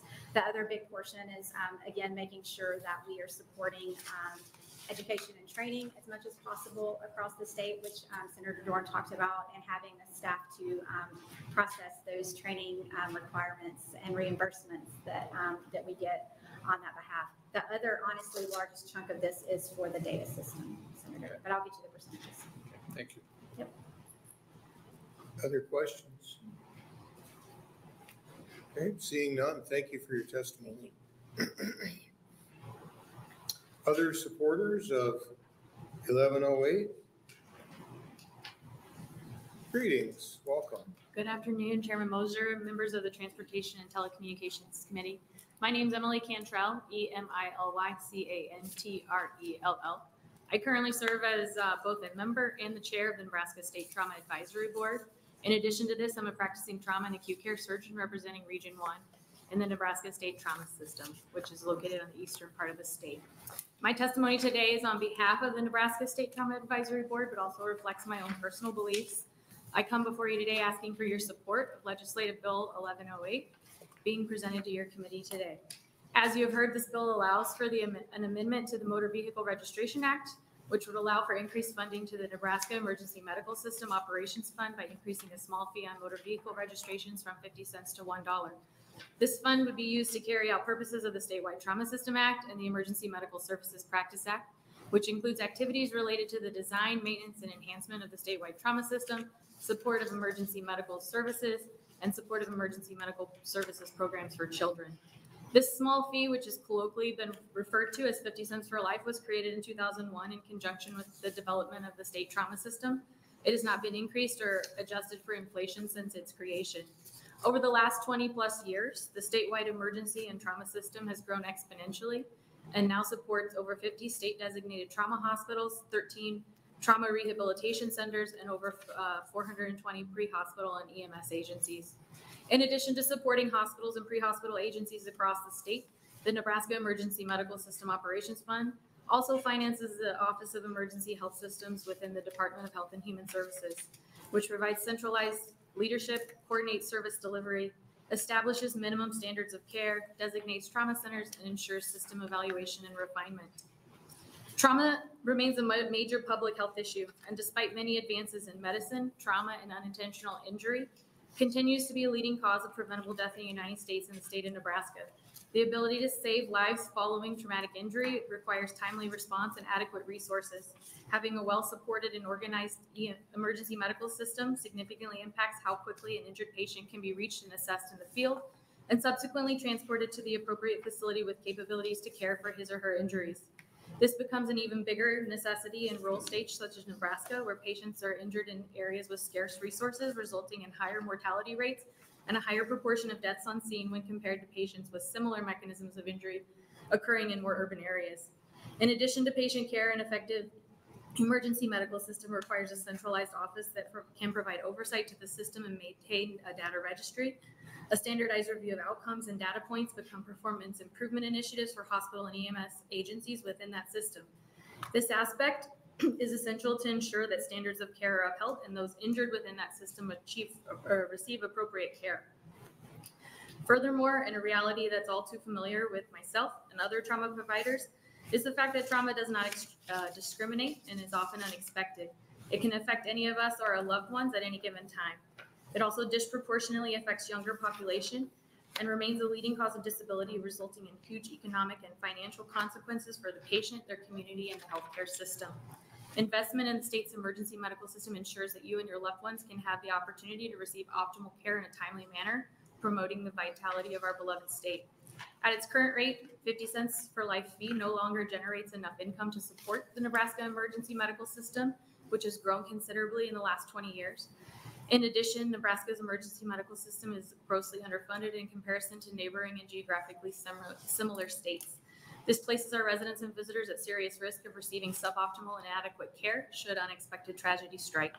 Considering this, myself and the Nebraska State Trauma Advisory Board fully support the increase of this fee from 50 cents to $1 for life, and strongly encourage you to consider an even larger fee increase to $2 for life to allow for ongoing growth and development of the Nebraska emergency medical system and ensure residents and visitors are able to receive optimal trauma care across the continuum whenever tragedy strikes. After all, what is your life worth? Thank you for allowing me the privilege to testify today, and I will accept any questions. Questions? Seeing none, thank you for your testimony. Thank you. Are there more supporters?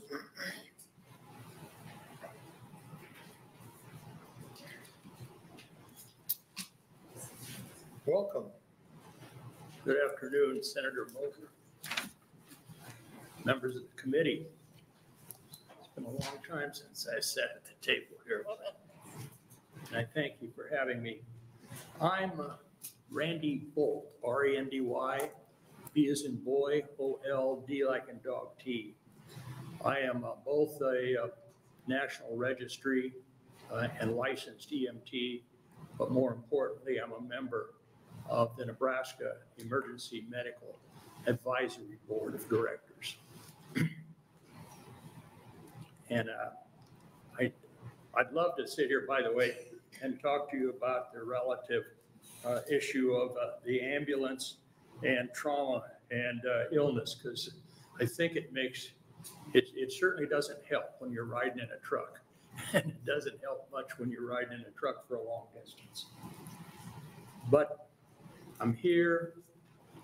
We have, over the years, and I've been serving on this board for going on 10 years now, we've discussed this fund and what it does, and the administration. And one of the things I just want to point out without being redundant is that the state of Nebraska has declared that emergency medical care is an essential service in the state. It has to be there. If it has to be there, it has to be funded. And the only way you do that, obviously, is you chase the money. But more importantly, what we see in the whole environment is having data. If we don't know what's going on, we can't shrink the time. Emergency medical services depends on time, skill, and a receptor. That is a hospital, a receptor. So through ongoing deliberations, we finally found out we need more. We need 50 cents more. And therefore, I thank you for listening to me. We'll answer questions, but do support. And that is our chairman, Dr. James Smith from North Platte, and the rest of us support an increase in this fund. Questions, please. Okay, thank you. Questions? Senator DeKay. Yeah, I was just wondering, with the current amount of money that you're receiving now, how close are we to covering the bases, or where are we falling short at to require more money going forward? It was mentioned that ENARSIS was a problem. ENARSIS is a problem because it is complicated. But eNARSIS, if it works, focuses us on the things that need correction and improvement. A little more money, we can find new ways to gather this data.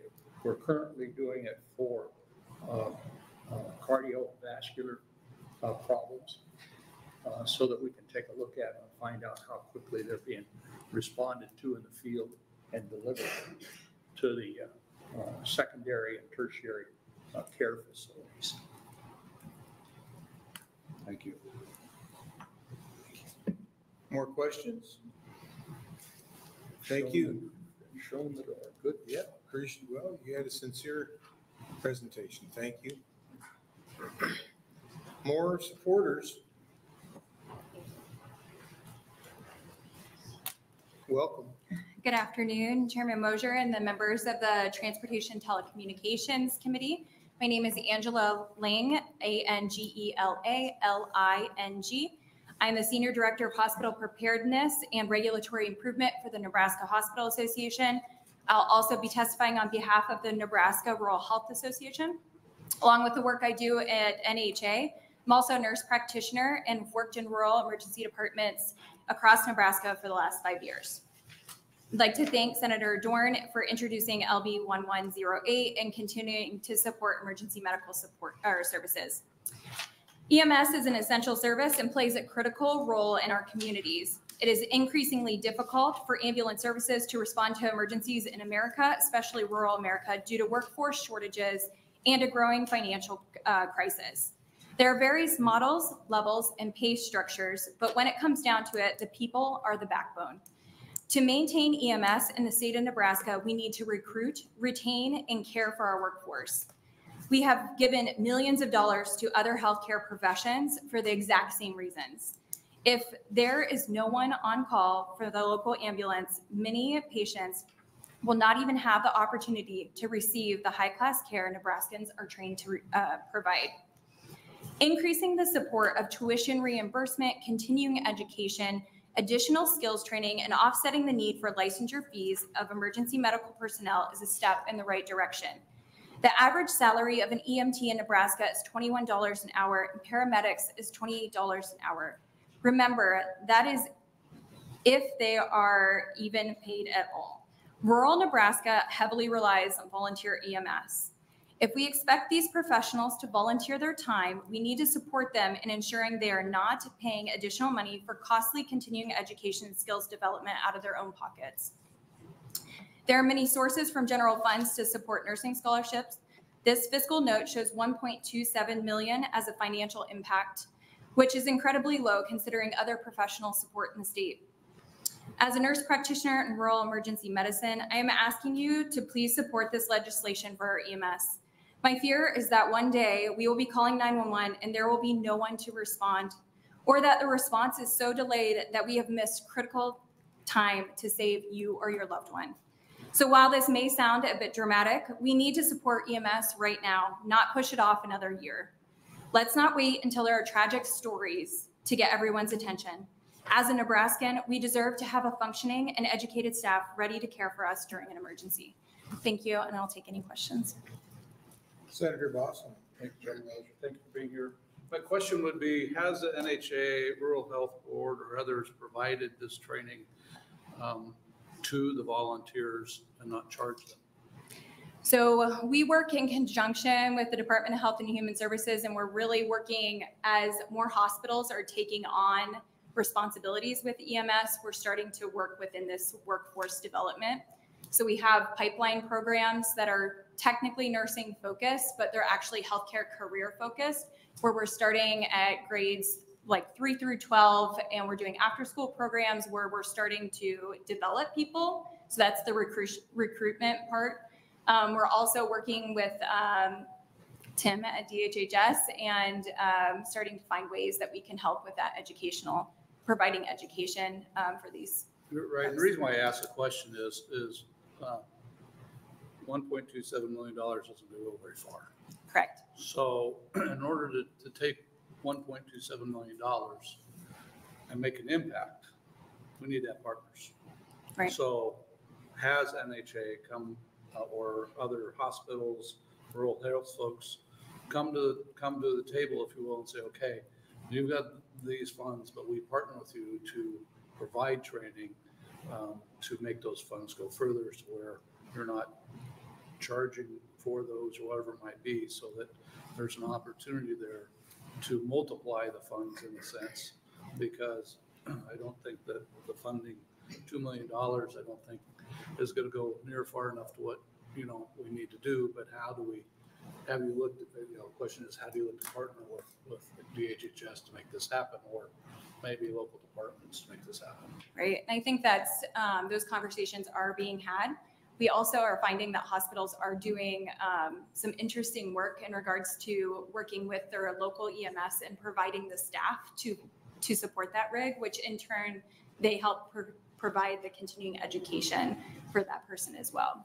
Right. And then one thing we did a couple years ago was, I think the EMS board, the state board, changed some qualifications with community college, with the training for EMTs, because it used to be that you had to have so many calls in an ambulance to go out. Well, there's places in the state, maybe you get 1 or 2 or 3, so they can then go into the hospitals and work in the emergency rooms. So there was some real pushback on that. But that was something that was critical, I think, to help those who are going through the classes to be able to meet those requirements. I call them the labs, the practical portion of it, to meet those requirements. And those are the things I think that are helpful too, that can partner to make sure we're doing things. Plus, I think we also changed it where you could hire, as you said, those EMTs or paramedics at the hospitals and work there. And that was a challenge, but I think we got that done too. Yeah, we're so definitely. Those are things I think that we've done before to help, but it's really the dollars, you're right. Dollars aren't there, so we got to be creative on how to build upon that outside of those dollars by partnering with our hospitals. Yes, sir. Clinics. Agree. Other comments? Thank you for your testimony. Thank you. More supporters for 1108.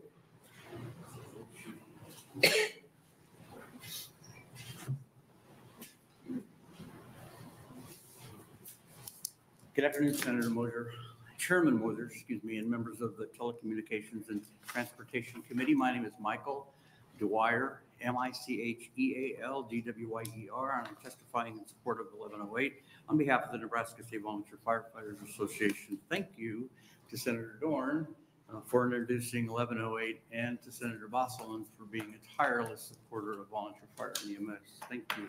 I'm a 40-year active veteran of Arlington Fire and Rescue as a firefighter EMT, and an nearly 20-year member of the NSVFA committee, and spent 4 hours at a fire this morning, so excuse me if I stutter.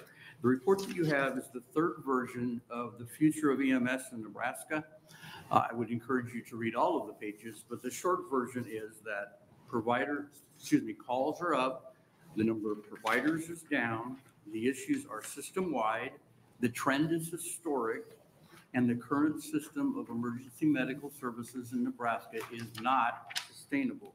Volunteer fire and EMS is the largest private subsidy of a government program in our nation, saving an estimated $46.9 billion annually. 1108 is an important step on what must be a road. If adjusted for inflation, the 50 cents for life would bring us to about 85 cents.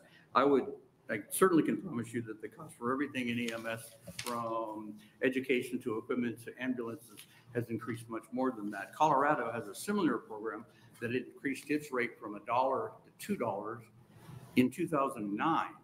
South Dakota is in the process of spending more than $20 million on 3 initiatives to shore up their EMS. To reiterate Senator Dorn's point, we need data. I have privately been pushing for Section 2 of 415 that he alluded to give us that data. This report is required within 72 hours by every EMS provider that does a report. I've been assured by Tim Wilson, the director of EMS, and Dr. Smith, the chair of the EMS board, that the funding will go to the new software, and with that, we should be able to provide a report of information that's really, really critical to making decisions going forward. I would argue that without that report, without that information, it'll be incredibly difficult for us to make good, informed decisions about EMS going forward. Sooner or later, Nebraska has to pick a horse. At some point, Nebraska will be forced to choose between fully supporting the volunteer EMS model that 1108 will help us with, or support a paid model similar to what Missouri, Kansas, Colorado, Minnesota have moved towards. I will fight with my last breath in favor of volunteer EMS because I believe it offers better patient care. However, the state of Nebraska and local jurisdictions, if they choose to go to a paid model, will spend 400 times more on that than 1108 offers. And with the chair's permission, I'd like to finish the paragraph. Okay. In closing, I would remind the committee of the sacrifices that Nebraska is requiring, if only by default, volunteers to do. I went through CISM 3 times in 2023. The final time on December 30th in response to a horrific accident that cost the life of a community leader, one of our former employees, and a dear friend. But we also saved 2 lives that night. All over Nebraska, men and women like me and like the people behind me choose to drop everything they're doing and risk their lives for nothing more than the chance to serve their neighbors. But we and the volunteer EMS model need support. And 1108 is a good step in that direction. Thank you, and I'd be happy to answer a bunch of questions. Questions? Senator Brandt. Thank you, Chairman Moser. Thank you for your testimony today. I'm going to go through this report when I get time. Which state has the best EMS system? Because you've got a bunch of them listed in here. So I'll answer that in 2 parts. One, I was well through this, and my answer to that was that nobody's doing it right. Every state that I studied, and there was 11 in the report, is struggling with the same issues that we've been talking about today. Everybody's shorthanded. And with all due respect to all of the other things that we've been talking about in terms of programs, newsflash, EMS is done by people. If we don't have people to put hands to a patient, EMS doesn't work. So people is the critical piece. However, I am really encouraged by some of the things that South Dakota is doing. They're investigating telehealth. They have this cool little thing where if I'm struggling in the back of a rig with a patient, I can sort of Zoom call to an ER physician and he can, hey, this is what's going on. You might try this. Iowa is experimenting with a new program. I'll miss the name, but essentially it allows people with basic first aid, CPR, and stop the bleed training to respond in front of EMS at a much quicker response time than what typical EMS, and our typical response time is 8 minutes out the door before we actually get to the patient. I wish I could tell you a better answer, but in my research, South Dakota is probably the best model. And the good news is geographically they're very similar. But everybody in the country that I studied, EMS is struggling, particularly rural hospital EMS, rural EMS, pre-hospital EMS, because it's so dominated with volunteers. Thank you. Senator DeKay. Thank you. With some of the money that would be generated from this, would this help be able to recruit paid EMS workers and or volunteers across the state? Great question. And I can only answer this directly and honestly, I hope so. We continue to have really good conversations with the department, with Tim Wilson, with Dr. Smith, and these are good people. But they would be the first to tell you they're not in the recruiting and retention business. That's not what HHS does. I hope that we can come to a middle ground that supports everything that the volunteer is doing, specifically paying for all of the education that in many cases we're required to get. And NSVFA is doing some good recruiting and retention stuff, but it's not a flip switch thing, and it's nothing you can simply throw some money at. It's much more art than science. Anybody in HR knows that. But to answer your question, there's nothing that I saw in 1108 that specifically says that they will do that. But I have great faith in particularly Tim Wilson and Dr. Smith. Thank you. More questions? Thank you for your testimony. Thank you. We had 12 proponent emails come in, no opponent and no neutral emails. Come on up. I was just interjecting that. We're not winding up yet. Still supporting 1108, I would assume? Yes, sir. Welcome. Thank you. Good afternoon, Senators. My name is Amy Santos. That's spelled AMYSANTOS. I am in my 28th year as a paramedic here in Nebraska. I have worked from 911 services all the way through hospital, and I am a paramedic program director at one of our community colleges as well. I am testifying in support of LB 1108 today on behalf of the Nebraska Emergency Medical Services Association. We are an association of career and volunteer emergency care providers. Our statewide membership is made up of licensed emergency medical responders, emergency medical technicians, EMTs, and paramedics. NEMSA is very grateful to Senator Dorn for his continued efforts to support the work of emergency medical services. NEMSA was part of the discussion when the legislature first considered the $1 for life fee to be added to motor vehicle registrations. When that was passed in 2001, the proposal was scaled back to 50 cents to fund the EMS Operations Fund, used to support activities under the EMS Practice Act and the Statewide Trauma System Act. The demand for these funds already outpaces the revenue collected, so it's imperative that the legislature expands the funding stream.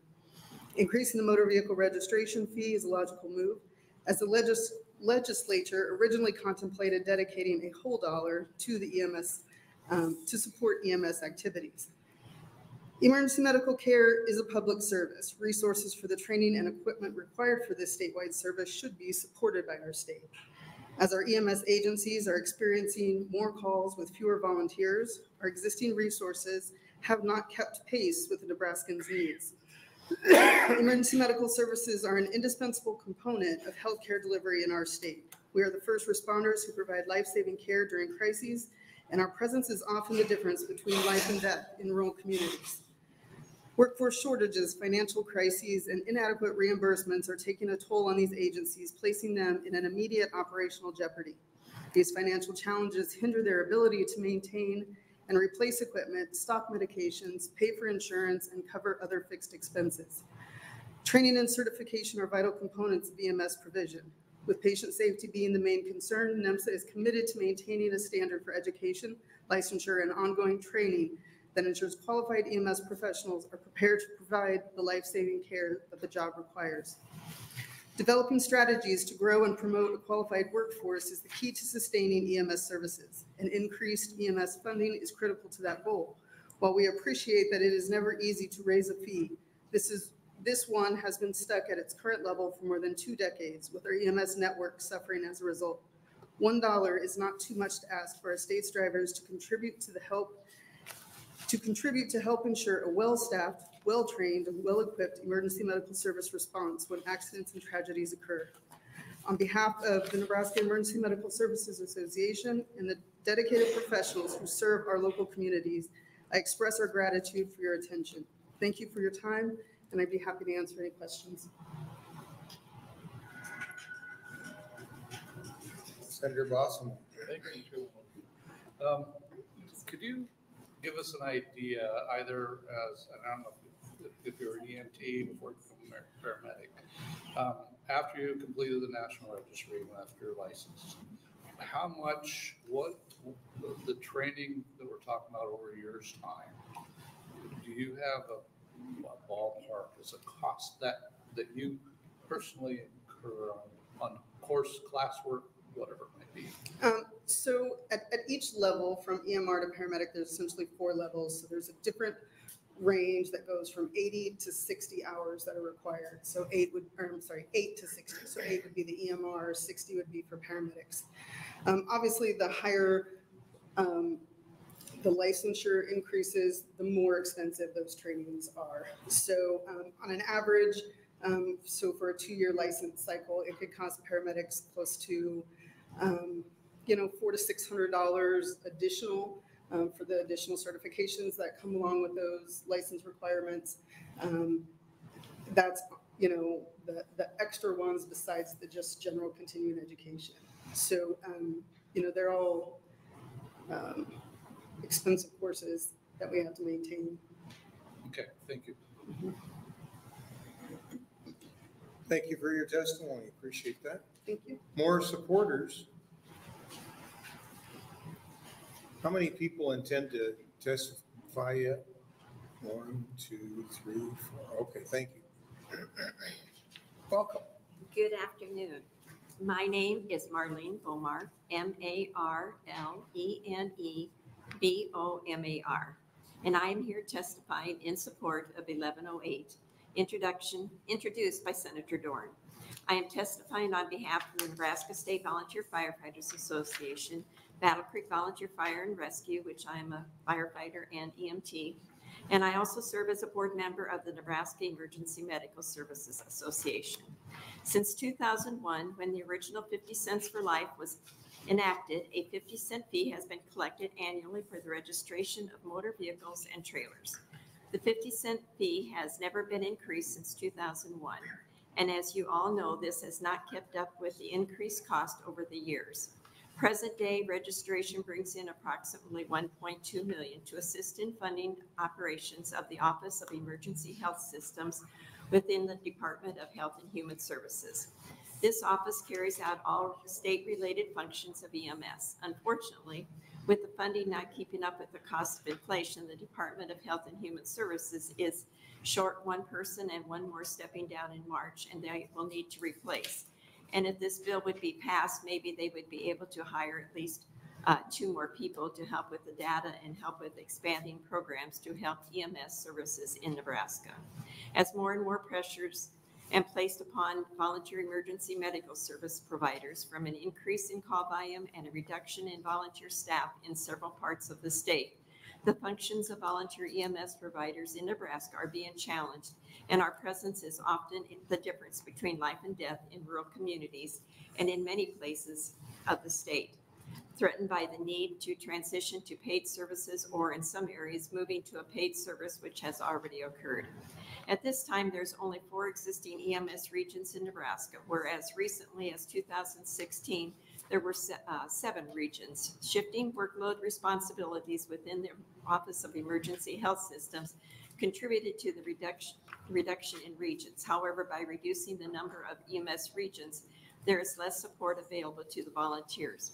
Recruitment and retention of volunteer EMS Nebraska volunteers, the departments they serve, and the citizens and the communities served by volunteers must consider, react, and look only to themselves for the increasingly difficult task of recruiting and retaining volunteer emergency medical providers. There is no role played by the state to assist with these areas of concern, the dwindling number of not only volunteer EMTs, but fire also. Some areas of the state have had to transition to paid services, which obviously adds to the tax burden of the local community. Educational hours to become an EMT are often the subject of complaint. In an effort to keep the number of educational hours from increasing, the training does not offer any instruction, guidance, or assistance in the technical systems of actual being an EMT. Thank you. Can you wrap that up? Yeah, I just ask for your support. That's what we want. Thank you. Are there any questions for the testifier? Seeing none, thank you. Any more proponents?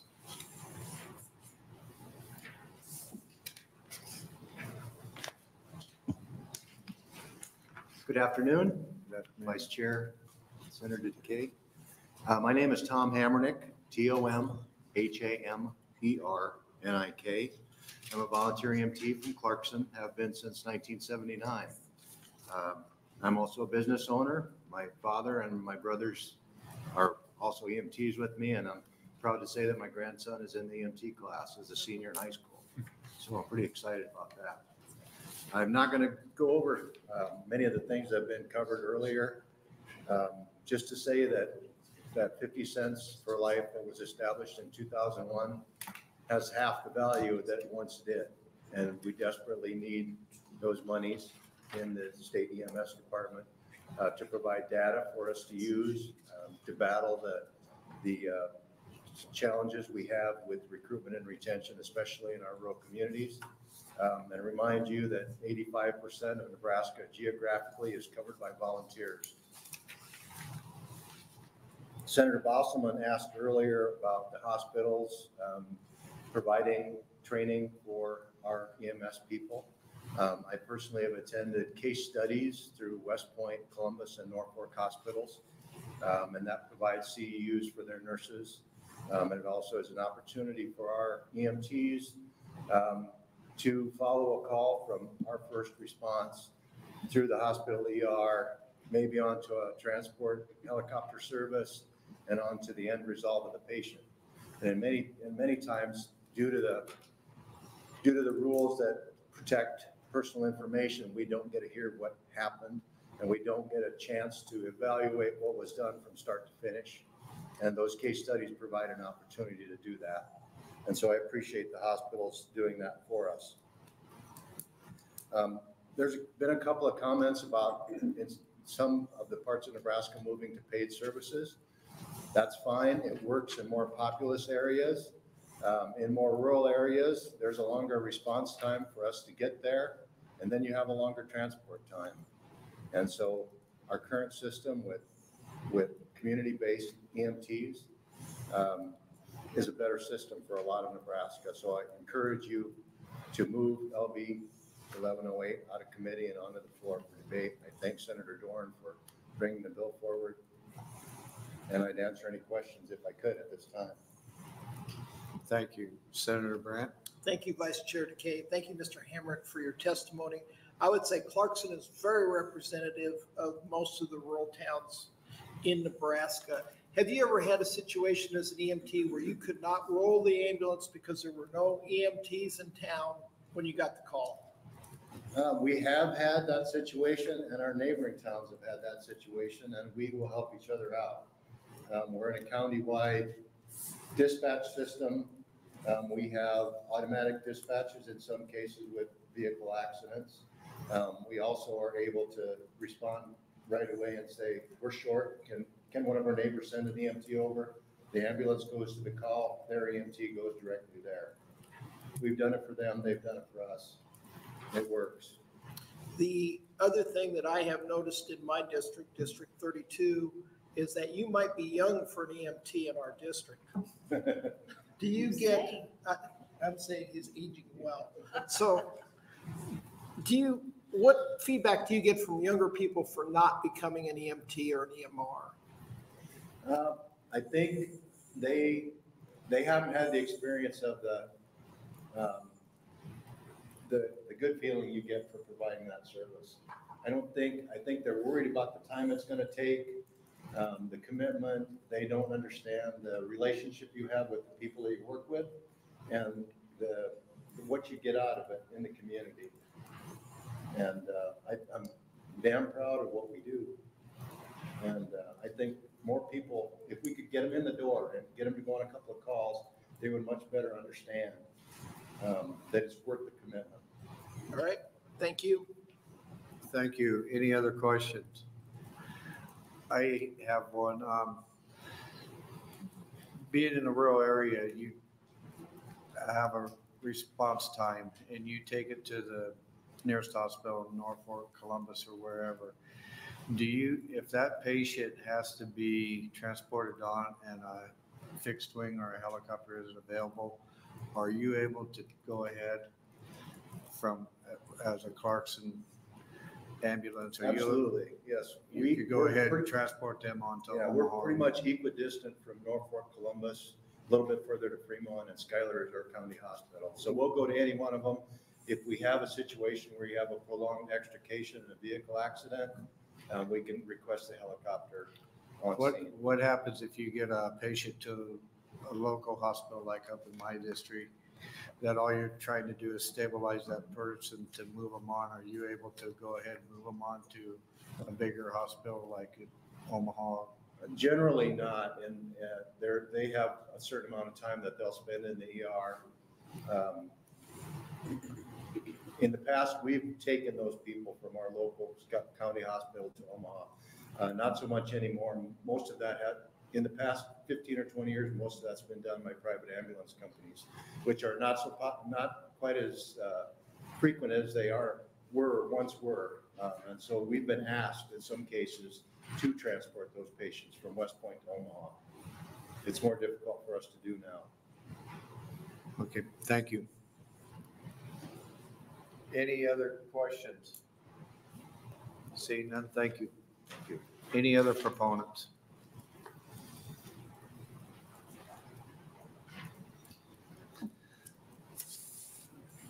Good afternoon, Senator McKay, committee. My name is Joel, Joel Cherney, Cerny. I'm the fire chief up at Linwood, Nebraska in Senator Bostelman's district. And I also am one of the representatives from Nebraska to the National Volunteer Fire Council, where I am the chairman of their recruitment and retention committee. The thing I wanted to talk to you today about is leadership.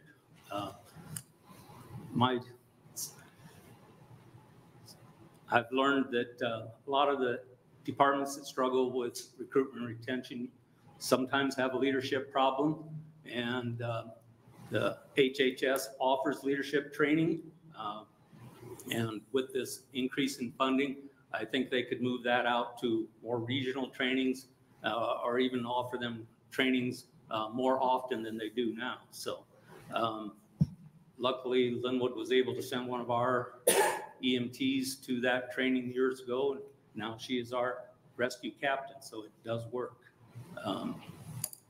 The other issue is the training, the cost of the training. HHS does not fully fund the training that it takes for my small department to send someone to the training. So, and of course, increasing the funding should, maybe they can raise how much of that they reimburse us back. So with that, I wanted to let you know I am strongly supporting of LB 1108. Any questions? Thank you. I see a question to my right, Senator Boston. Thank you, Vice Chairman. Okay. Now you promised me no hard ones. I didn't promise you that the other night. I said we'd get you. So thank you, Mr. Cherney, for being here. We were at the Schuyler Fire Department and EMS dinner the other night, as well as the Bellmeyers were there as well. So always appreciate all that you do for your communities and for the state. My question is, from the national exposure experience that you have at the national level, I know Mr. Dwyer handed this out, which has some information. We're getting recopied, and some of the pages didn't copy through. But are there some things that you've seen from other states as far as specific training or funding that we could do here? I've heard just about every other state has the same exact problems Nebraska does as far as recruitment retention. You know, the Nebraska has put in a lot of SAFER grants over the last few years to help with recruitment and retention in Nebraska.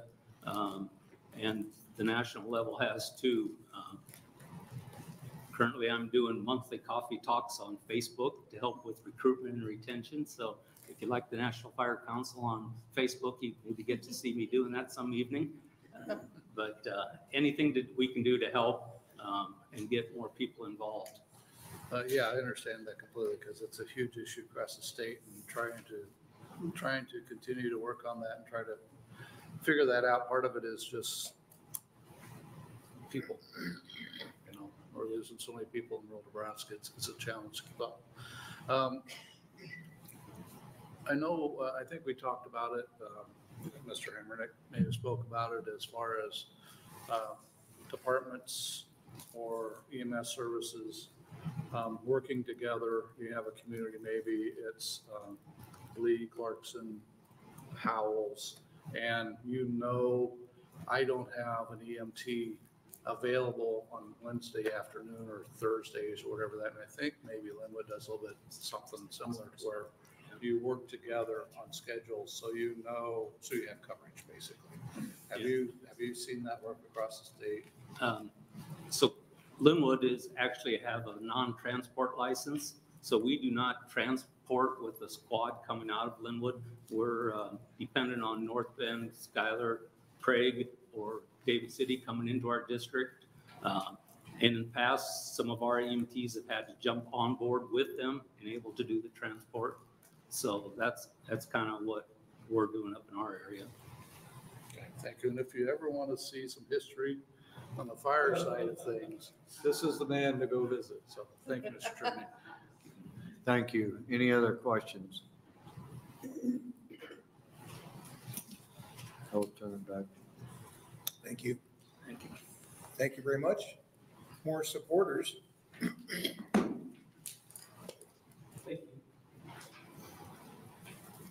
Mr. Chair, members of the committee, my name is Jerry Stillmock, Jerry, Stillmock, Stilmock, testifying on behalf of my clients, the Nebraska State Volunteer Firefighters Association, the Nebraska Fire Chiefs Association. I don't know if you're there yet, but I hope I can get you there if others haven't. They live it, breathe it, sleep it, wake up, and they do it. 2001, I went back and read the transcripts. There was a committee hearing to go to $1. It was rejected in 2000. Came back again in 2001. You know what the number one thing they said? Recruitment and retention. I don't believe in 2000, 2001 nurses, teachers. We're asking the legislature to do something for recruitment and retention. But I tell you what, we're hearing it now, and we need those nurses. We need those teachers, and we're doing a lot to get those people in the workplace, in the workforce. But I tell you what, 2000, 2001, that was where the message was to this panel of your predecessors in the Transportation Telecommunications Committee. So we're looking at $1.2 million to help out with recruitment and retention and a host of other issues that you've heard about this afternoon, but recruitment and retention. Senator Kay, it was like a 3-point basket at the buzzer. You hit it. Others have mentioned it as well. And thank you, Senator, for co-sponsoring along with Senator Dorn, Senator Bossman being a champion of rural EMS, and Senator Brandt. It goes like this. Town number 1, it has a rescue service. Nobody responds to a 2 a.m. call with an infant turning blue. Page goes out for a mutual aid. It's a common phrase in terminology. Several of you asked about this afternoon, mutual aid. What does it mean? Go out and help the other person. It's 2 o'clock in the morning. Neighboring town has already been out on a call, but they get the mutual aid call. Second call comes in, third case call comes in. What happens? The person says, I better go because I don't want that infant on my watch to die. Is it an issue of guilt? Is it an issue of selflessness? What's happening to push that person out the door? What's happening is it's repeating itself over and over again. Those calls aren't being answered by the neighboring community. The city of Wahoo, they had to leave a volunteer force. They had to do it themselves. They are covering now for the city of Wahoo. They're covering for Malmo. They're covering for Weston. They're covering for Colon, all trying to make up for those areas that have left EMTs, left their volunteer service. So what's the answer? Go to property taxes. Let them pay for it. Let the citizenry pay for it. We're simply looking for $1.2 million to try to help with recruitment and retention and the host of other issues you've heard of this afternoon. What do you got to lose? $1.2 million to help to see if it will work. The same cry they were asking for 21 years ago. I need to conclude, but I wanted to make sure that I address a couple of the questions. $500,000 goes out and it's a pass-through. $500,000. None of this $1.2 million general fund money, $500,000 goes out back to the EMTs and the candidates to become EMTs. That money is used to reimburse if they pass this National Registry, the exam. My time's expired. I had a couple more points, but I'll pause because it's been a long afternoon.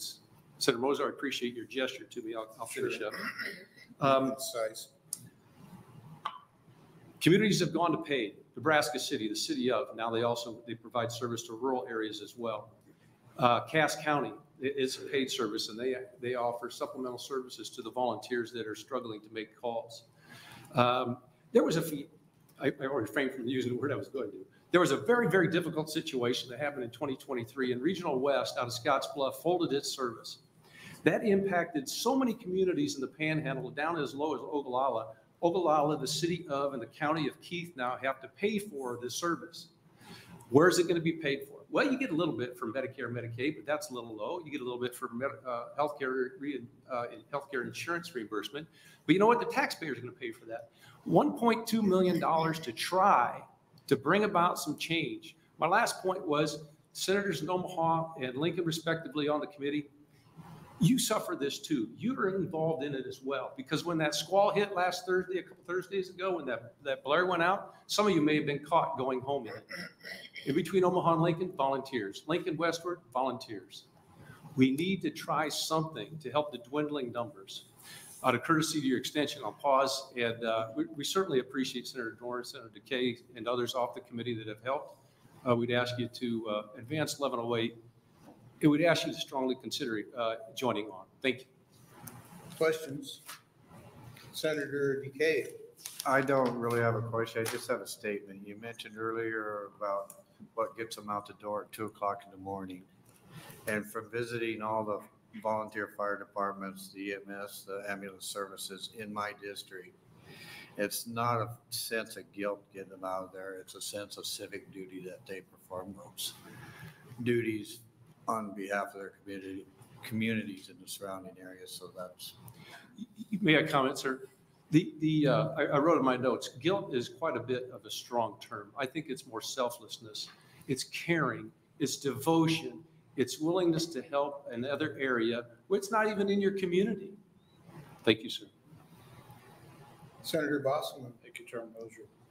Have you looked at changing what our rural fire boards can fund? So statutorily, have you taken a look and changing, because our rural fire boards can only give funding to the fire side, not the EMS side. So your EMS side and your rural volunteers, if they get money from at all from their fire department side, it's out of kindness, if you will. Have you looked at, considered statutory looking at the rural fire board if they could potentially give funding to EMS rather than just the fire side? Yeah, a great question, Senator. My understanding is there are fire districts out there that are 100% involved in EMS.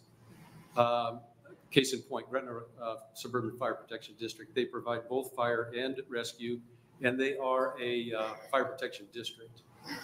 The other side of the coin, of course, is a majority of fire districts, not all of them, receive their money as a request to the county. If I can, big brother, big sister, can I have an allocation of levy authority for my fire district or for our fire district?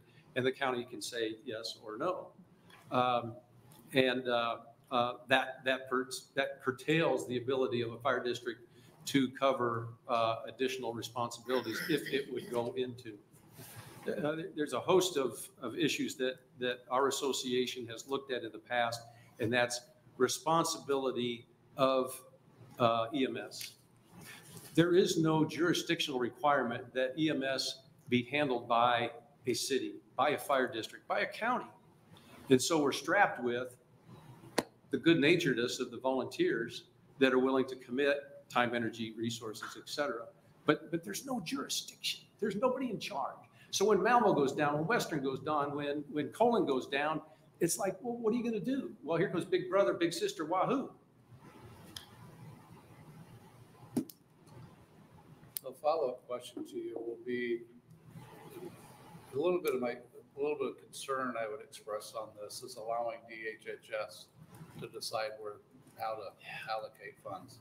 How is it potentially, do you see that could be worked out to where either the EMS board or someone has more say in how those funds are used? Because we know ENARSIS needs to be replaced. It just has to. But then the next thing, you're going to have a host of funding opportunities out there. How are we going to focus that into areas that we need to do the best with? And without EMS involvement, leaving up to DHHS, I'm not so sure we'll get it to where we need to get it. We went into overtime at Decay's, another 3-pointer at the buzzer. 2 answers. We have a governor that's backing the issue.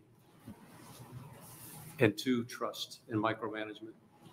That is no criticism to you, Senator Bosselman. You've been through the thick of it in your 7.5 years here. But trust and micromanagement. For $1.2 million additional dollars, are you willing, sir, to trust somebody in administrative care, and the Tim Wilson we spoke of that is doing phenomenal leadership, and the Dr. Jim Smith is doing phenomenal leadership out of the EMS board, and Dr.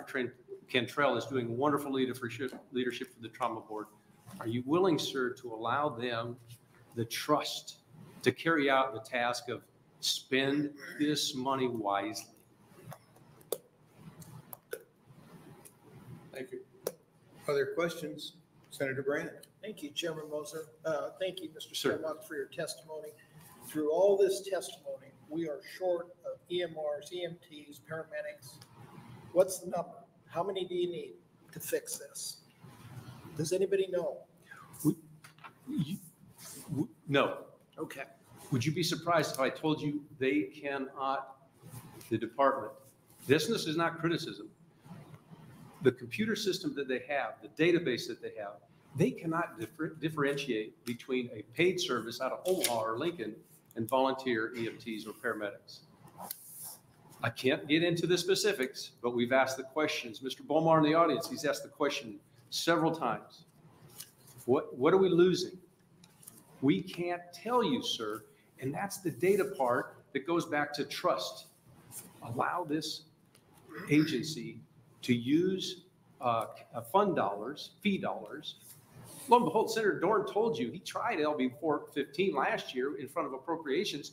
Use the doggone general funds, $1 million of general funds plus another $150,000 to help fund the reporting system. It's finally going to be renewed after 10 years of using the same one. We got to trust that they'll use the money widely to get the answers that you so desperately want to hear. I can tell you, we lost 60 EMTs in the last 2 years, and they were all volunteers. I can't tell you. You could have the president or the chief of the Health and Human Services up here. They couldn't tell you. They don't know. The data doesn't support the question asked. You need to know the answer. You're entitled to know that answer. All right. Yes, sir. Thank you. Thank you for your testimony. Appreciate your appearance today. Anybody else to speak in support? All right. Is there anyone to speak in opposition?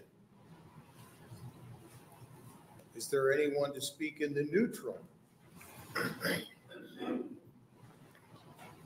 Seeing none, that will close our hearing on 11:08. Closing. It's closing. What? Closing. You waive closing? Okay, thank you, Senator. Sorry about that. That's how efficient we are. We don't allow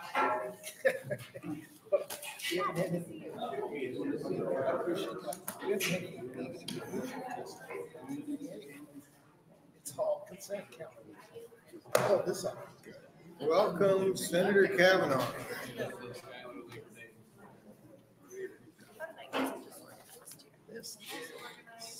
Want me to start? Yes, please go ahead and start out. Good afternoon, Chairman Mosier, members of the Transportation Telecommunications Committee. I'm Senator John Cavanaugh, John Cavanaugh, and I represent the 9th Legislative District in Midtown Omaha. I'm here to introduce LB 1249, which would eliminate the notary requirement for a bill of sale when applying for a certificate of title for a KIT vehicle. A KIT vehicle is defined in Nebraska statute thanks to a law passed by Senator Bosselman, introduced in 2018, LB 909, as a vehicle which was assembled by a person other than a generally recognized manufacturer of vehicles by the use of a reproduction resembling a specific manufacturer's that is at least 30 years old, purchased from an authorized manufacturer and accompanied by a manufacturer's statement of origin. This definition was a long-needed update to allow these sorts of replica vehicles to get valid titles. LB 1249 allows for owners of such vehicles to obtain a title with a bill of sale for parts not included in the kit, without the need for a notary. It also allows for used parts to be parts in the assembling of the vehicle. Truth be told, I'm not a huge car enthusiast. I know it's a surprise to most of you.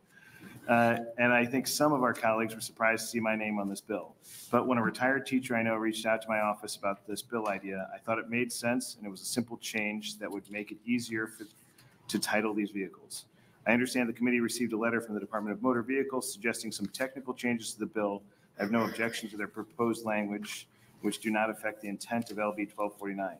I thank the committee for your time, and I ask for your support of LB 1249. I'd be happy to take any questions. Any questions? Senator Cavanaugh? Thank you. Senator Cavanaugh. Senator Cavanaugh, I think you're being unfair to yourself. We've all seen the roller skate you drive here every day. You're definitely a car enthusiast. Thank you for bringing this. Other questions? So what is the change that your bill actually makes? Ooh, that's a great question. Thank you, Chairman Mosier. Fundamentally, it just strikes the word notarized from the statute where when you buy a replacement part, currently you have to show a notarized receipt for the purchase of that part to go with the rest of the kit. Just striking the word notarized. So you still have to show the bill of sale or the receipt for those replacement parts, but it doesn't have to be notarized. It simplifies the process? Yeah, I mean, it just takes away the requirement that you notarize that bill of sale. If you're building a hot rod and you're building your own frame, you got your own engine, transmission, they're all used. And then you put some 32 Ford or some, stylish body on there. Can you get that titled as a 32 Ford?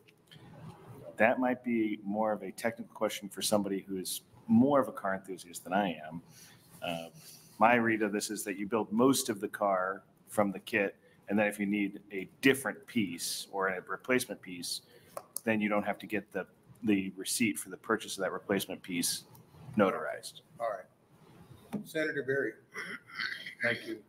So would this be construed like what happened back in the day, taking VWs and turning them into dune buggies off the chassis or anything like that and have a completely different body style or not? I don't think this would apply to something like that. This specifically applies to cars that are built out of a kit, which is meant to be a replica of another car. I think what you're talking about is modification of an existing vehicle. Just to lighten the mood a little bit, would Johnny Cash like this bill or not? I would hope so. You're on the record. Senator Brandt. Thank you, Chairman Moser. Thank you, Senator Cavanaugh, for bringing this. Didn't take long to read the bill. The word trailer's been inserted at least 5 times in here. Does this mean that if I'm welding a trailer together in my shop, it qualifies as a kit trailer? Excellent question, Senator Brandt. Thank you for raising that issue. If you take a look at the DMV's letter, they suggest striking the words trailer. The addition of the words trailer, the number of times it was added, was more of an opportunity when opening up this section of statute to clean up a section of statute. DMV disagrees that clarification is necessary. And so the DMV suggests that the law is clear enough without the word trailer added and asks that we keep it out of there. I would agree with that statement. Okay, other questions? Senator Boswell. Sorry, higher than your head. Okay, so I also noticed what you were talking about with the trailers, so that brought me back to the notarized. Do you know what the history is behind why they wanted it notarized by bill of sale? I mean, it's not notarized if I go buy a car.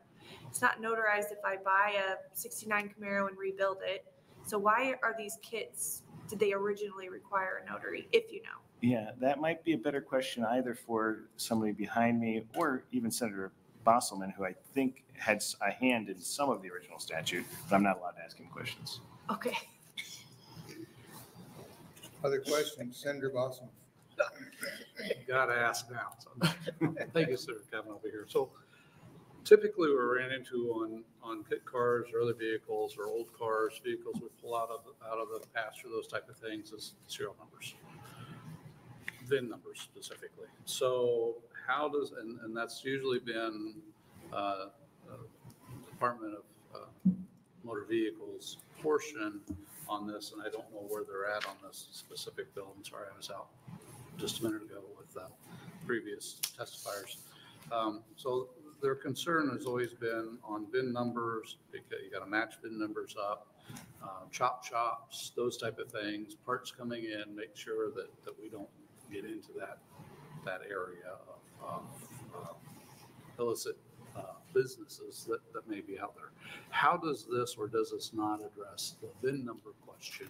Because all of our cars, if it's a motor, if it's a frame, it's, the VIN number's got to follow. It has to match. You can't mix and match those. Yeah. How does this fit into that? So I thank Senator Bousman for the question. So the DMV did weigh in on this. They don't have a problem with the bill. Their only issue with the bill was what Senator Brandt identified as the excessive use of the word trailer. But their position was that this bill is okay as is without the word trailer. As to the VIN number, my understanding is that this would apply to a smaller subset of the parts, and you still have to show that, well, in your original bill or your original language, you solve that problem by requiring that you produce the receipts for the purchase. The receipt still has to be produced, so it still addresses that. It just doesn't have to be notarized. So it just takes that a little bit less cumbersome process of having to find a notary for your, whatever you call it, O'Reilly's Auto Parts part or something like that is what I always imagine. Okay, all right, thank you. Any other questions? I'll save it. Okay, thank you, Senator. Other support?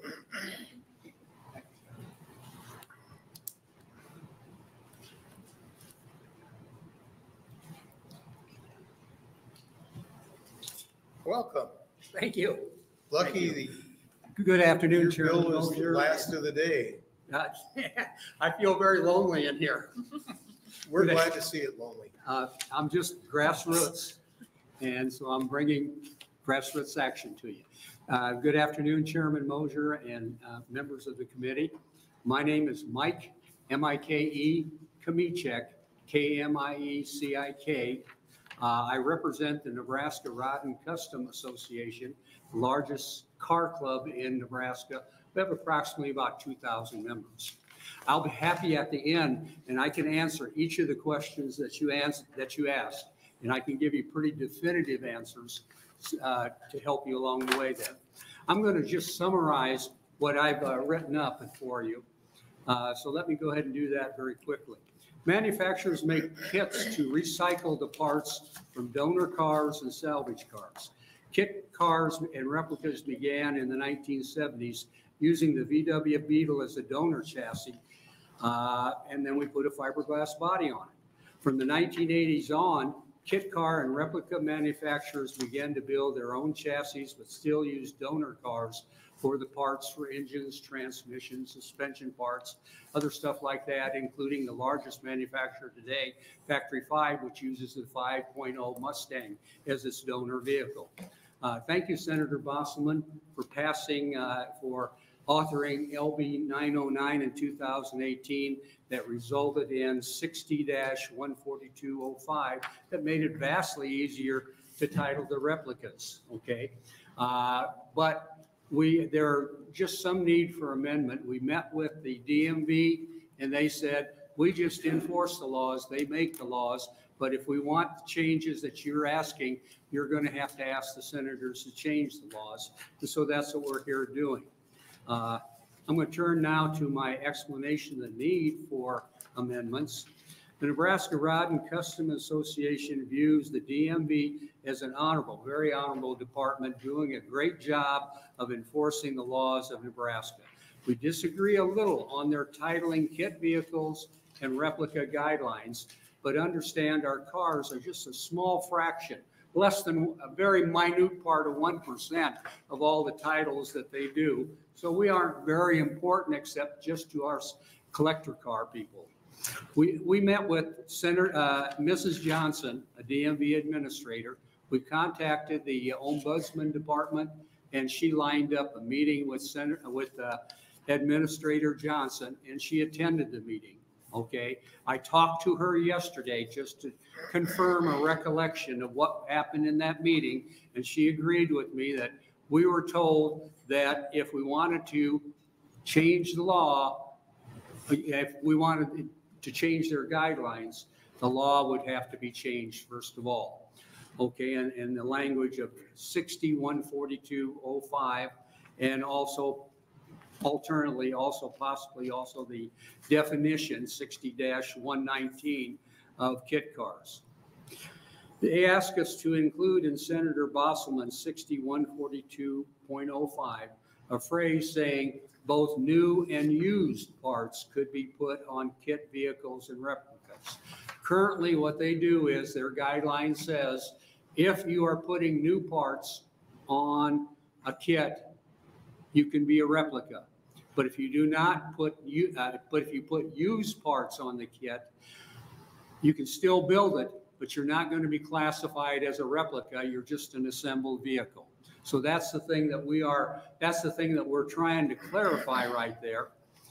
As you know, and from looking at a history, and very many of the members here with the questions you're asking are very knowledgeable about what kit cars are.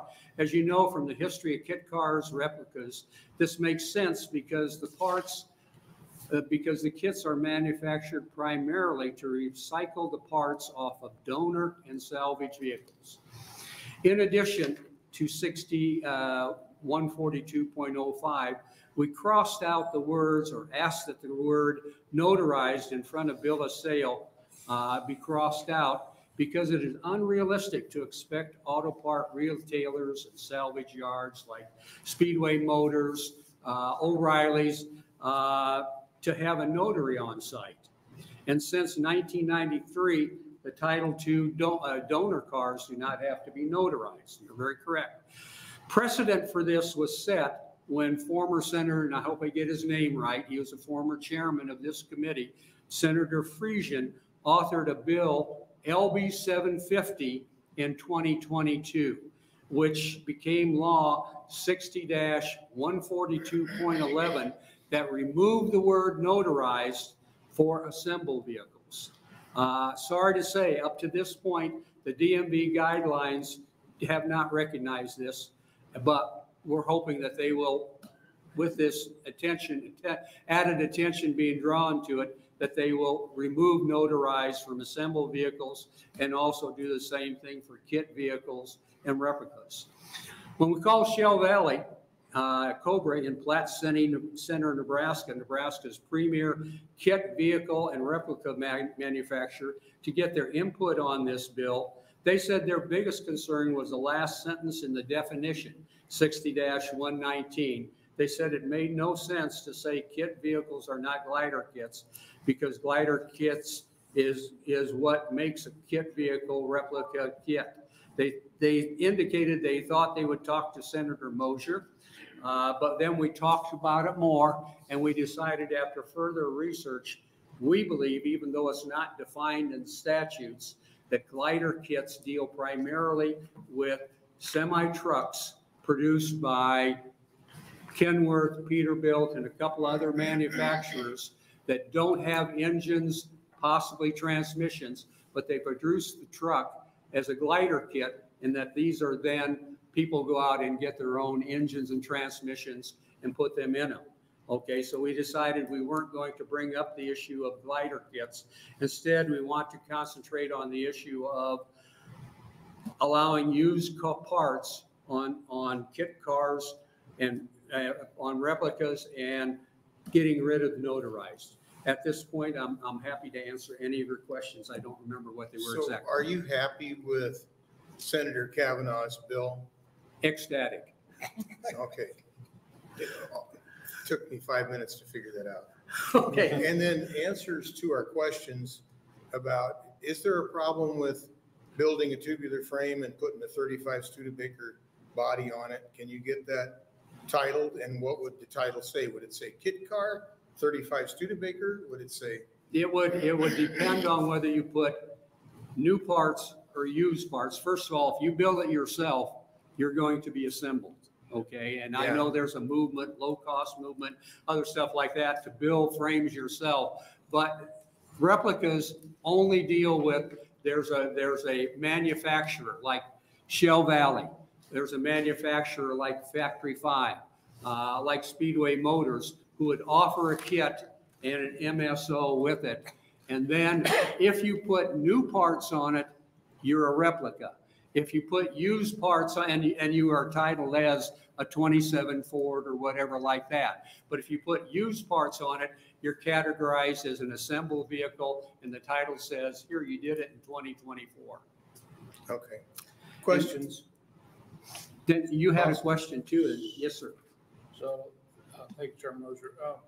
The question on the notarized bill, in the statute is it's only for the major component parts with the motor, transmission, those type of things. So it's not if you're going to Napa, I don't think, to pick up. Well, you can buy engines from Napa. You can buy engines from Speedway Motors, transmissions and that kind of stuff like that. And you're totally 100% correct that it's only for the major parts, not like alternators or anything like that. And I think I remember the reason for that. I'll go back to what Sir John Cavanaugh and I were talking about a little bit ago was the concern with chop shops and those type of things. Right. That we have the notarized bill was to provide some certainty that it was a legitimate transaction type thing, and we had that on there. So I guess that's my question, that on the notarized bill, take a notary out if they don't have that at all at those facilities. I guess it's something we can discuss. Senator, it's a very legitimate concern. And we who have collector cars are very concerned about the theft of auto parts, other stuff like that. There is part of the titling process that the sheriffs are required to look at the Nebraska and National Crime Registry, in terms of those major component parts. What we're asking is, and there could be a refinement done to this, in terms of auto retailers like Speedway Motors, O'Reilly's, places like that you buy an engine from, we think a receipt from them is representative enough, and that's what Senator Friesian did for assembled vehicles. A refinement that we would certainly support would be if you're going to like a flea market or a sale, or if you're getting parts from a private party, that requires a notarized bill of sale. We have no trouble with that. That would take a little bit of changing to it, but certainly that's something that could be very capably done in that by you people and Senator Cavanaugh. But there are many safeguards there, and we support those safeguards. And we're just saying it's very hard when you're going to Speedway Motors to say, I need a notarized. And they say, well, we don't have a notary on site. Okay, thank you. Other questions? Yes. Thank you, Chair Mosher. Thank you for being here today and for taking the time to I've actually learned quite a bit from your testimony. It's clear that you're very passionate about this, and I appreciate you being here and sharing this with us. I just had a quick question. You represent the Nebraska Rod and Custom Association. Yeah. How long have you guys been in existence? And wow, I'm kind of a recent member. I have been with Kit Cars since I was a young man. I was a teacher at Westside High School for 30 years. That's with 3 children and a wife to support. A Corvette was a dream. Okay, so I got into Kit Cars, and I could build a Kit car for $3,000 or $4,000. Wow. Okay, and have something like that. I actually formed a Kit Car club in the 1980s that went to about 2000. When I retired from teaching, I moved to Houston, Texas, and was there for a while, and the club kind of disbanded, and then my dad got Alzheimer's, and I knew I had to come back and support my dad and my mother, and so just recently I kind of got back into wanting to do something. I'm 79 years old, and when you're 79 years old, you got 2 choices. You can be a cranky old man sitting on a couch waiting for death, okay, or you can be somebody who is happy by doing service for other people. And so I decided, well, I'm going to revisit the things of my youth. I was a good tennis player, and I tried to take up pickleball. After 2 lessons, I said, sorry, I quit. My body won't take it. But I also was very interested in Kit Cars, and I'd like to help the future generations. In fact, I am starting a Kit Car club again, because I believe we're going into the golden age of something like Kit Cars. Wow. Yeah. We are switching from gas to electric, partially. We can debate that issue to a great extent. But what that means is we're buying these cars that we've got tens of thousands of dollars in the technology of, and after a short period of time, what are we doing? We're taking and crushing them. We want to instead encourage people to go ahead and build some type of a car, because they can do it for $3,000 or $4,000 plus a donor car, okay? And we're trying to get especially young people involved in that, and saying to young people, do kit cars, don't do drugs.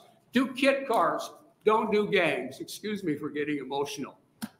Well, thank you for being here. Thank you for your passion and advocacy. Thank you. Any other questions? I don't know if 79 is the oldest in the room or not. There may be some of us even older than you. Thank you. Thank you very much for listening to me. More supporters? Any other supporters? Any opposition? Any neutral? We did receive one neutral email on LB 1249. And we would like to exec on a couple things when we're done, so senators don't get away. Try to make it quick so then you can go and do your whatever. Thank you, Senator. Welcome back. Thank you, Chairman, and thank you all for the conversation and the questions. And, you know, this is early in the session, but it's my favorite hearing so far, because you all know how I like constructive criticisms. And I think just— you know how we like to give it. Yeah, well, and I appreciate Senator Bosselman as a resident expert on the subject. I think pointed out some really good ideas. And so I've got some good stuff to work with to come back. So when you guys exec later today, maybe I won't ask you, but I will work on a draft that includes Senator Bosselman's suggestion, I think, about constraining the notarization in the way that we got to there. That, you know, I like a more specific bill anyway that addresses the problem in the most narrow way we can. So I appreciate the conversation. I learned a lot. My takeaway is that we are on the verge of a golden age of kit cars. And I think if we pass this bill, we will usher it in even sooner. So thank you. Happy to take any questions. Yeah, I just got done building the 1948 CJ2A Jeep. And I left it sit for about 6 months. Then I got in it and started driving it down the road, stepped on the brakes all the way to the floor. Just about crashed into a barbed wire fence. So I sold it. Thank you very much, Senator. Appreciate it. That'll close our hearing on LB 1249. Can we take 5? What's that? Can we take a minute to the rest? Okay.